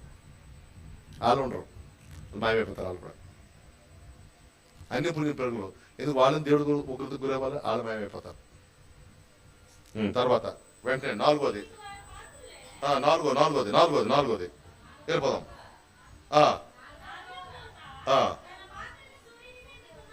సూర్యుని కుమ్మంచగా మనుషులను అగ్నితో కాల్చుటకు సూర్యునికి అధికారం ఇవ్వబడిను కాగా మనుషులు తీవ్రమైన వేడితో కాలిపోయి ఈ తెగుళ్ళ మీద అధికారం గల దేవుని నామం దూషించరు గానే ఆయన మహింపరచినట్లు వారు మారుమనసు పొందిన వారు కారు. సూర్యుడి యొక్క వేడి చాలా పెరిగిపోతాయి. అలాగా నీళ్లు అలా కొట్టుకొని ఇంటికి తీసుకొచ్చేలా నీళ్లు ఆవిరైపోతాయి, అంతటి వేడి. ఏసీలు పనిచేయవు. ఒకే గదిలో 4 ఏసీలు వేసుకున్నా వేడి తగ్గించలేము. మనుషులందరూ చాలా మంది కాల్చి చనిపోతారట. తర్వాత 5వ దూత ఊగినప్పుడు సాతాను గాడు అంటే యాంటీ క్రైస్ట్ గాడు ఒక రాజ్యానికి అధిపతి. వాడు ఏదో ఇంగ్లాండ్కా లేకపోతే ఇటలీకా టర్కీకా అధికారాడు. ఆ రాజ్యంలో చీకటి 3 రోజులు చీకటి కంప్లీట్ చీకటి కమ్ముతుంది. తర్వాత 6వ దూత 12వ దూత తన పాత్రను యూఫ్రటీస్ అని మహానంది కొమ్మించగా రాజులకు మార్గం సిద్ధపరిచినట్టు దాని నీళ్లు ఎండిపోయాను. యూఫ్రటీస్ నది నీళ్లు ఎండిపోయాను. ఇప్పుడు ఏంది అవన్నీ చూపించాలని ఆశపడుతున్నాను నేను. యూఫ్రటీస్ నది ఎండిపోయింది తెలుసా మీకు? యూఫ్రటీస్ నది ఎండిపోయింది. అది ఎండిపోద్ది. అది క్రాస్ చేసి వస్తారు వాళ్ళు, ఎవరు కొంతమంది వస్తారట. మరియు ఘట సర్పం నోట నుండి మృగము యొక్క నోట నుండి అబద్ధ ప్రవక్త నోట నుండి కప్పల వంటి 3 అపవిత్రాత్మలు బయలుదేరాను. అవి సూచన చేయనట్టే దయ్యపాత్మలే. అవి సర్వాధికారి అయిన దేవుని మహాదేవం జరుగు యుద్ధమునకు లోకంలో ఉన్న రాజులందరినీ పోగు చేయని వారి దగ్గరికి వెళ్ళి హెబ్రీ భాషలో హర్మెగద్దోన్ అనే చోట దురాత్మలన్నీ బయలుదేరి దేవుడికి వ్యతిరేకంగా హర్మెగద్దోన్ యుద్ధం. ఇక్కడ గోగు మాగోగు యుద్ధంలో ఇప్పుడు జరుగుతుంది. అది మనం చూస్తాం. ఈ ఇరాను, టర్కీ, రష్యా ఇజ్రాయెల్ మీద యుద్ధానికి వెళ్తాయి. కానీ ఇజ్రాయెల్ తొక్క తీసేస్తాడు, అందరూ తొక్క తీస్తుంది వెళ్తాయి. అది మనం చూస్తాం. కానీ ఇక్కడ అలా కాదు, ప్రపంచం అంతా ఏకమైపోద్ది. హర్మెగద్దోన్ యుద్ధం అది చూస్తాం మనం, అది చూస్తాం. తర్వాత 7వ దూత పోరొదినప్పుడు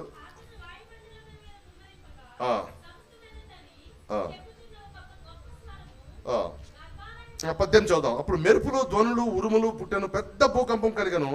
మనుషులు భూమి మీద పుట్టిన మొదలుకొని అంతి భూకంపము కలగలేదు, అంత గొప్పది. దీనివల్ల మొత్తం ప్రపంచంలో 3వ భాగం నాశనం అయిపోతుంది. ఇవి 7 లాస్ట్ 7 పాత్రలు చెప్పాను నేను. ముందు 7 బోర్లు ఉన్నాయి, 7 సీల్స్ ఉన్నాయి. ప్రపంచం మహాభయంకర శ్రమలో ఉంది. ముఖ్యంగా మనకు ముద్ర వేసుకోకపోతే తిండి ఉండదు, నీళ్లు ఉండవు, చాలా శ్రమ పడతాం. అంతటి శ్రమల కాలంలో మనం వెళ్ళాలా? 7 ఏళ్ళ శ్రమల కాలం జరిగేవి. యాంటీ క్రైస్ట్ అధికారానికి వస్తాడు. యెరూషలేము మందిరం కట్టబడుతుంది. యెరూషలేముతో నిబంధన భంగం చేస్తాడు 3.5 సంవత్సరాలు. కాకుండా ముద్ర వేయించుకోమని బలవంతం చేస్తాడు. అనేకులు ముద్ర వేయించుకుంటారు. దేవుడు ఉగ్రత కూడా భూమి మీద ఈ రెండు వారాల్లో కుమ్మరించబడుతుంది. గొప్ప భయంకరమైన దినాలు. ఆఖరిగా ఇక్కడ ప్రాశ్చిత్తార్థ పండగ రోజున, ఏ రోజున కింద దిగుతాడండి. అది 6వ అపాయింట్మెంట్ ప్రజలకి. 7 పరిపాలన ప్రారంభిస్తాడు. హల్లెలూయా. ఎందుకు చెప్తున్నానంటే ఇది ఈ రోజు నుంచి యోమ్ కిప్పూర్ అంటే ప్రాశ్చిత్తార్థ పండుగ వరకు ఇజ్రాయెల్కి దేవుడు ఉపవాసం ఏ టైంలో చేయాలండి అని చాలామంది అంటారు.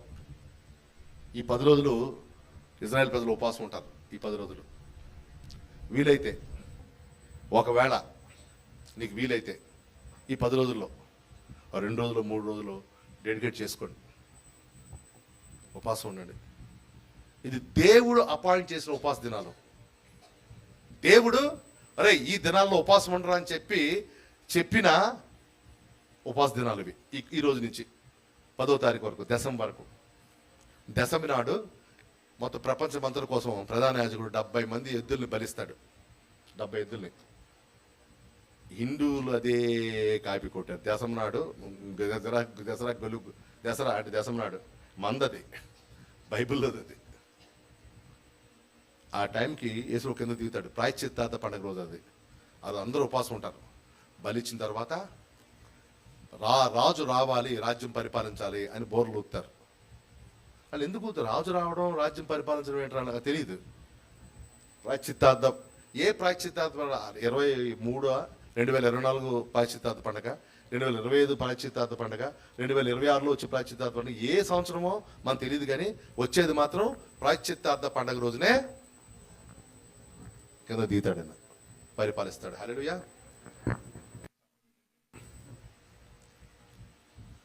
ఈరోజు పస్కా పండుగ కరెక్ట్గా దినము నెల మెయింటైన్ చేసినాడు. పుల్లెన్ రొట్టె పండుగ మెయింటైన్ చేసినాడు. ప్రథమ ఫలం మెయింటైన్ చేసినాడు. పెందుకోసం బోరదొంగల పండుగ మెయింటైన్ చేయడా? నేను నమ్ముతున్నా దేవుడు రాకడ సమయం ఈ టైమే. ఇది మిస్ అయితే మళ్ళీ వచ్చే బోరదొంగల ఈ 10 రోజులు టైం, ఈ టైం వస్తే మీరు కొంచెం సిద్ధపడండి. దేవుడి ఎదుట సరిదిద్దుకోండి, పశ్చాత్తాపడండి, ప్రతి పాపాన్ని బలహీనతలు వదలండి. దేవుడికి మరొకసారి కమిట్ చేసుకోండి. ప్రభా, నూతనమైన కమిట్, నూతన హృదయం నాకు ఇవ్వు, నూతన బలం నాకు ఇవ్వు, నూతనంగా నీ కోసం ముందుకెళ్తాను ప్రభా. నా ప్రతి పాపాన్ని క్షమించు, ప్రతి తప్పిదాన్ని క్షమించు అని చెప్పి దేవుడి దగ్గర సరి చేసుకునే సమయం. చేసుకుందామా? ఒక 10 నిమిషాలు, ఒక 5 నిమిషాలు దేవుడికి చూద్దామా? మనం ఒక 5 నిమిషాలు దేవుడికి చూద్దాం. కళ్ళు మూసుకుందాం దేవుడికి చూద్దాం.